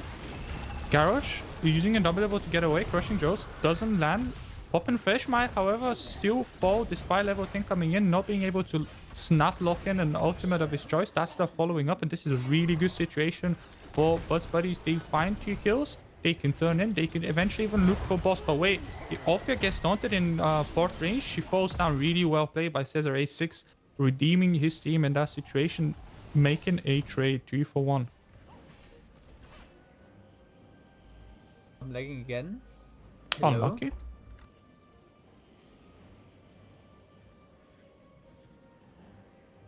Really sorry for those lags. Okay, my hot's just closed. So we're just gonna start the game and you can do a podcast in the meantime. Alright, I shall do a podcast. Right, so HandsUp have managed to turn in. The web weavers are just now spawning. All of the blue members are looking towards that bottom lane. No, they're coming back towards mid. Orpheus in a bit of a trouble next to Garrosh. He doesn't, however, engage. And now middle red web weaver is getting cleaned up by Butt's Bunny's Garrosh, standing in a bush looking for Mofurion. He's going with an observer, finds Kael'thas. Everyone collapses on Kael'thas. The throne goes down along with the light bomb, confirms the kill on Kael'thas. And this is 1 kill going over in favor to HandsUp. Novario survives in the back line. However, Anduin does not. So far, 1-for-1 trade. Akon still going strong. Garrosh in a bit of trouble. So is Joanna. However, Garrosh goes down. Joanna does not. Novario gets killed in the backline, but it is a trade. Sylvanas manages to find Orphea, but I think she's also going to fall down. So when the dust settles, It is a 4-3 trade. Web Weavers have been cleaned for the majority on the map.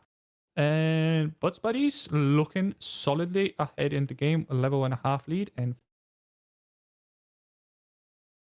Already commenting, wow, it's like football in radio. Falky mid, very interesting choices. However, the blue team has already turned in 40 gems and they have 60 more gems and they're looking to take their own bruiser camps. Meanwhile, the red team is just looking to soak for 13. Joanna trying to turn in 25 gems on the bottom point for the blue team. Gets interrupted by Pop and Fresh. Lorik just standing there and looking at her awkwardly, maybe wondering how to invite her on a date. I'm sure the Skeletal King likes Joanna. What's there not to like about a Crusader in heavy armor? Anyways, another team fight is about to break off. No level 13, still for the red team. Navario gets out of position a bit, but Garrosh saves it. Now Garrosh's the one that's in trouble. The red fort on middle is adding DPS to the red team, but it doesn't matter. Lorik is already fallen. A massive crushing Jaws confirms the Sylvana skill. Rell's not done. She's tanking tower. She has absorbing out. Navario absolutely body blocked. The door has been shut. This is what Garrosh would have said if he was here to cast along with me. Middle fort is down. 3 people dead on the red side of the map. And Web Weavers for the blue team pushing in. This could be a keep. Oh, Joanna gets thrown in behind the gate on middle, but she has Iron Skin, survives for the time being. Light Bomb comes out. Lorik dies, however, not enough to keep him alive. Garrosh might actually very well follow him. No, he's alive. 48 armor, good. Is it good enough? Yep, Garrosh walks out with 200 HP and 48 armor. Meanwhile, Anduin, however, dies, and the red team are really in a bad position in the game. Down 2 talent tiers right now and losing keeps 4. Oh, not the red side. Situation around the core, but it feels like HandsUp are having difficulties. This might very well be the end of the game, as I will bring you a podcasting up until the core hits 0%. Sylvanas goes down in the backline. The core is going down to 70%. 2 Web Weavers and rather 1 Web Weaver and a big minion wave on it. The core down to 20%. Still 5 people alive on the blue side of things, and they win before Samu even manages to reconnect. My name has been Shadow, and it's been my pleasure broadcasting the grand finals for you. It's over! Johnny Sins buddies win in a very convincing Doom of the Spider Queen gameplay. Both teams agreed to a draw. Alright. Just gonna here to the main screen after this beautiful podcast finish by Shadow Writer. Thank you for that, Johnny Sins Butt Buddies, able to close out the game in the end. Everyone picks up. No, don't. Just don't ping me.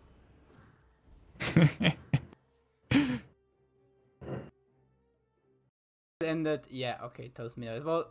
Johnny Sins Did it tell you? Butt Buddy.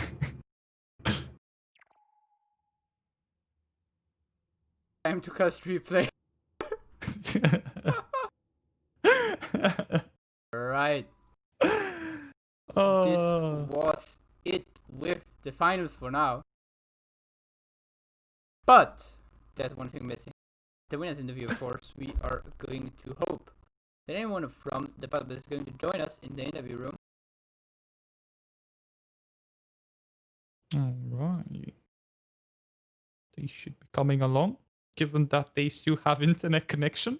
And of course, they'll be winning their top tier Balastic. They get 5 copies of that, don't they? I am not 100% sure.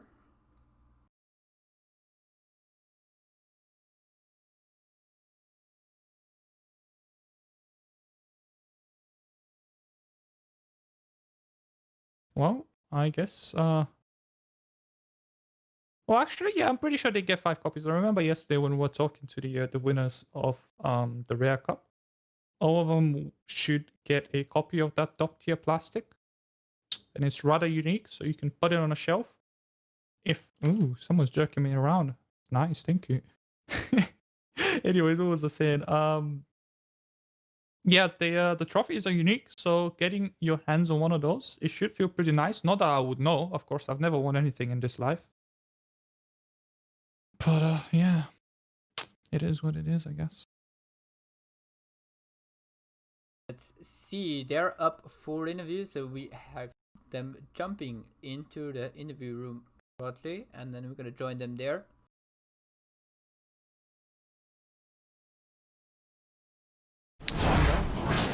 I've got a really funny question queued up about their internet connection. I want to find out who their internet providers are, just so I know never to use them. All right. Having the last little bit of time looking over the map screen for once more, as we have transition spot buddies choosing the first map, and it was Sky Foundry for them. They won this one, then they HandsUp went for the map choice and picking from the shrines.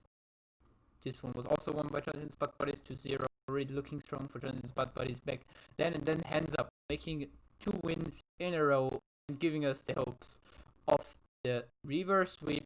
But in the end, Transition Spot Buddies with a perfect casting podcast managed to close out the series in a 2-1 in their favor. We are going to jump over towards the interview room and we'll join there with Transition Spot Buddies.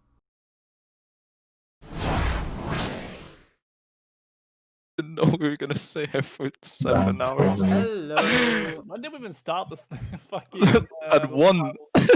Oh, when did we start Hello. the finals? Um, The finals Welcome. wait, casters, when do we start the finals, the grand finals? Do you know? I do not have it in my mind, but it's at least like 3 hours ago. First of all, Yeah, I was about to say. 3 hours grand finals, we got it. Woo! We did it. As First of all, congratulations from us towards you for winning the Epic Cup of Heroes Launch Season 12. And it's not only you and me and my lovely co-caster in here, as we have a special guest coming in as well. It is the one and true, Podcaster. it's the only Dr. Petman coming in here as well. Good evening, everybody. Well, I mean, I've never experienced a final cast and finish in such a way that this one did, I have to admit. it was a shit show, it wasn't it? Well, It we was couldn't very see. I don't know if you're aware, but it was all podcast at the end Yeah. because one of the game crashed. Wait, So you couldn't find the game. we weren't seeing anything. It was all black. I saw the Sammy JP. Nice. You're gonna have to watch the replay. It's I didn't truly know something to ever. behold.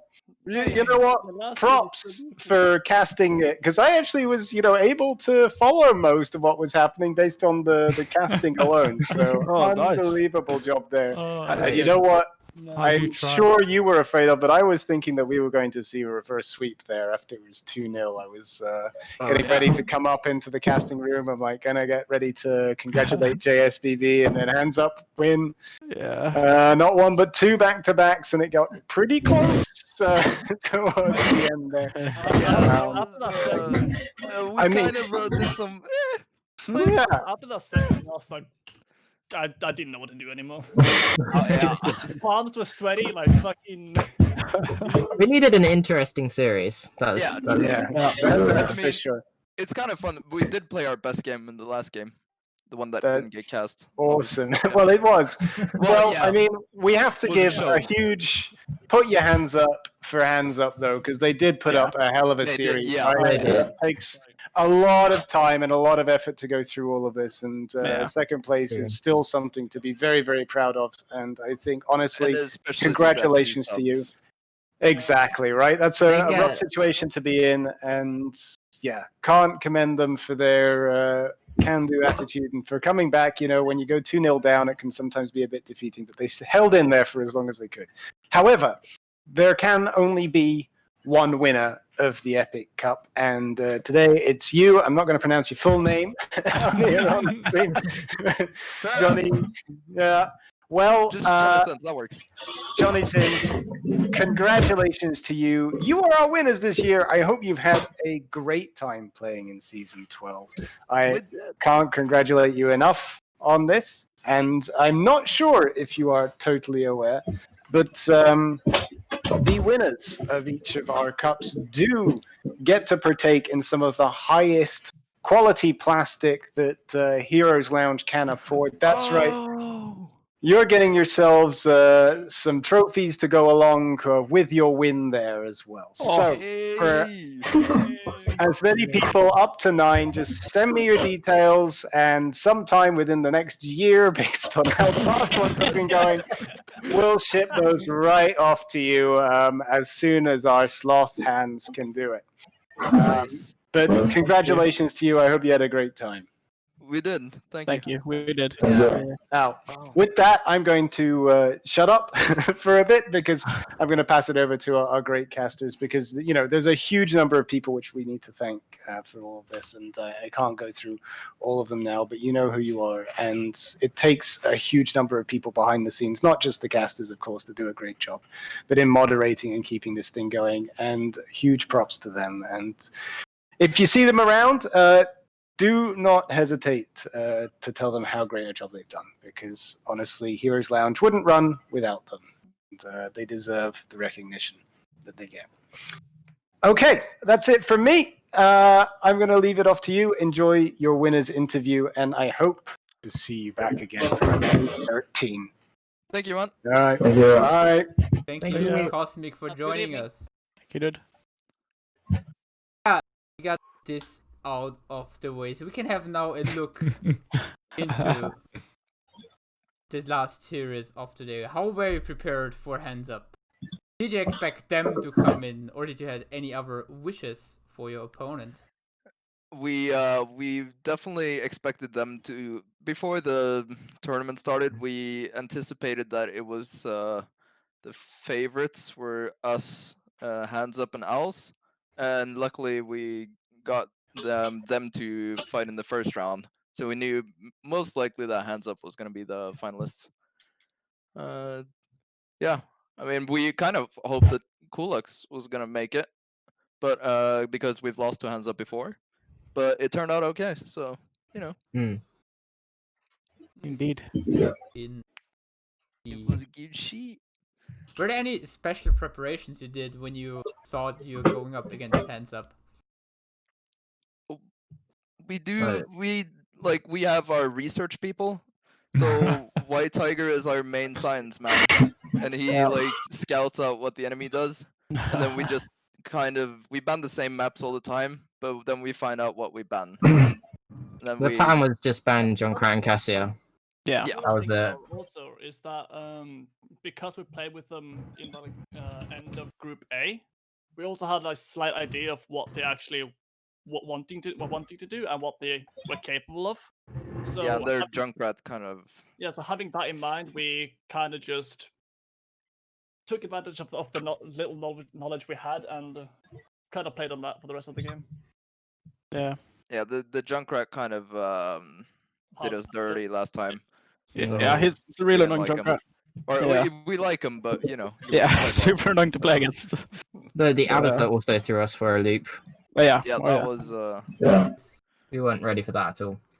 Yeah, it was definitely visible in the next game, the insta ban against it.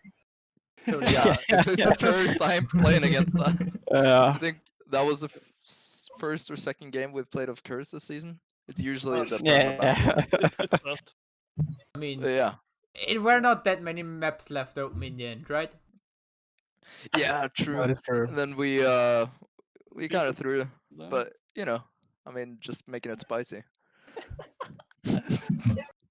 Wow. Okay. Yeah. I've got a question. Do you know what, White Tiger? I'm gonna address you personally. I want to ask you, who's your internet provider?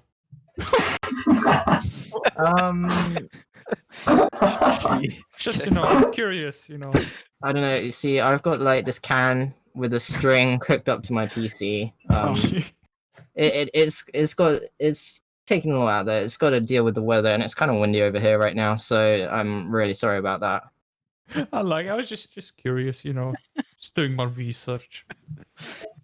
Oh.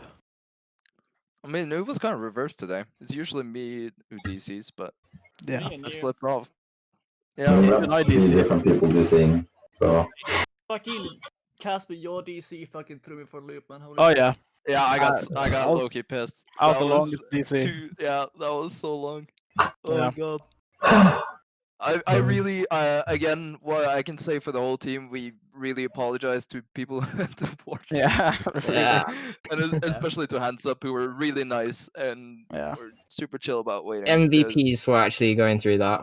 Yeah, Yeah. that was kind of torture. So yeah, I mean, you I mean, in this last series, now you early on went 2-0 right away. What were your thoughts then? Did you think it will be an easy third game and you will just close it out very fast, or did you already had panic ideas about stuff like the Everfer coming in? I mean, I kind of did a. I can take this on my cape, but I may have played some hype music and thought we it was looking really good, but then I mean obviously it still went good, but I mean I definitely thought I thought the most realistic outcome was gonna be the 3-0 after the 2-0, not before the games, but yeah, Um, I got a little hyped. issue though with the third game is that we also did have a lot of like lag spikes and I spike at least on my side, which kind of like rendered me kind And of when you weak. killed me, for example. Yeah, nice. True. It's definitely, not salty about that. Yep. Definitely. Report our tank times 9 please. I mean, Christ in DPS, man. absolute dog. Christ in DPS. Yeah. I mean, and then they went up with 2 maps in a row, and it was 2-2. Did you already get wet feeds about them really doing the reverse sweep, or were you like, okay, we got this. This is our map. Yeah. I mean, Casper just refused to believe it. yeah. He was Yeah. like, ain't happening, boys. It ain't happening. Yeah, we were gonna win that, so we made sure of the mood was right, and we already won that game before it started. We were sure of it. Okay. Yeah. I mean, mentally, Mentally. I'm there for the victory. I mean, The 2-time. coming into that last match, right? We kind of just had to keep it cool, play out the best we can, and just do what we do best, which is play. So, managed to get an early lead and somehow snowballed that into a victory. Yeah, well, that was a 10-minute game. Yeah, It was pretty. which is why the snowball. Yeah. Yeah, that was a pretty nice thing. We got the second objective, I think, and then we kind of engaged on them under tower because you got tossed, and then we followed. Yeah, And yeah, it went I was quite so well. sure at that point. Wait, did you die? No, I was so sure I was dead. But Oh, when okay. you jumped in, I'm like, I'm safe. I wish you had. Yeah. You ain't leaving me behind, dude. Oh, right. That's it from my side. Any more questions from you, Shadowwriter? No, I don't have anything special left up my sleeve, probably because I'm wearing a sleeveless t-shirt, I guess. Congratulations. I want to offer you my congratulations and extend my commiseration to HandsUp, who really put up a good fight. No shout outs from me, I guess. Can I make a shout out? Yeah, I You was can about to try. say, Johnny since Butt Buddies, congratulations one last time. Any shoutouts from you? I'm not gonna take everything. If people have more shout outs, then say them. But I'm gonna shout out Kaldor. The man, the myth, the legend. He's the man behind our team name, and he's the reason we started Lounge, or we started the team. So yeah, shout out to him. Does anyone else have any shout outs, boys? Our cheerleader, Eri, there for practically every single game. True. Yep, true. And also Samu for casting like a madman all day. Yeah, I was about to Every say, day. Crazy how are guy. you saying? Powerhouse. That requires some insane stamina and shout out. Well, you followed us the entire day, then, right? Yes, I Yes. did. Because we were the first game and the last. Yes, Holy and we were also the brawl right before the series. Oh my god, Yeah, right, true. right, that was the thing as well, wasn't Oh yeah. Yeah. it? Oh god. Right, so I guess thank you guys for the interview. Me and Jared are gonna jump back down towards our caster room and we're gonna close out this stream. Go for it, man.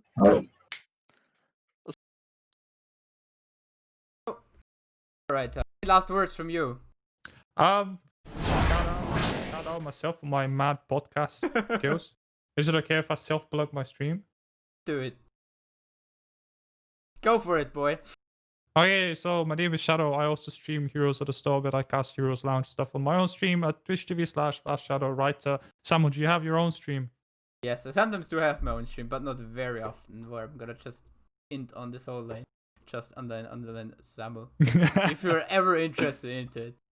I'm posting it in the community content channel anyways. If you're not on the Discord, !Discord, and you will get there. Alright, so first of all, thank you, Shadowwriter, for joining me. Thank you all as well towards Evita for joining me earlier on today. Thank you for Dentro and Yosh for taking over launch number 2, and then also a big shout out towards Ali Blah Blah Transparent. Poppin jumped in as well. As far as I remember. Sorry, Ali Blah Blah Transparent and that for doing admin stuff here with me and making sure that the lobbies are set up for us all the time. Big thanks to them, and also, of course, big thanks to all the other moderators, casters, writers, whoever is helping in launch. Thank you everybody for making this a great season so far. And we are not done yet. We have next weekend. We still have Legendary Cup on Saturday and a big one in the end, the Mythic Championship on Sunday. And we are going to rate you over towards a POV stream even. Out of one of those 2 cups, it's going to be the PvP stream of a Legendary Cup game between the one guy who did the lobbies for us earlier today. It's going to be Transparent, as he is going up with his team, Band of Brewers, a big favorite coming in from Division 2, and they are going up against the Division 3 team, not even Klaus. So thank you everybody for watching. We are going to close the stream now and rate you over towards Transparent. Thank you for watching. Bye! Cool.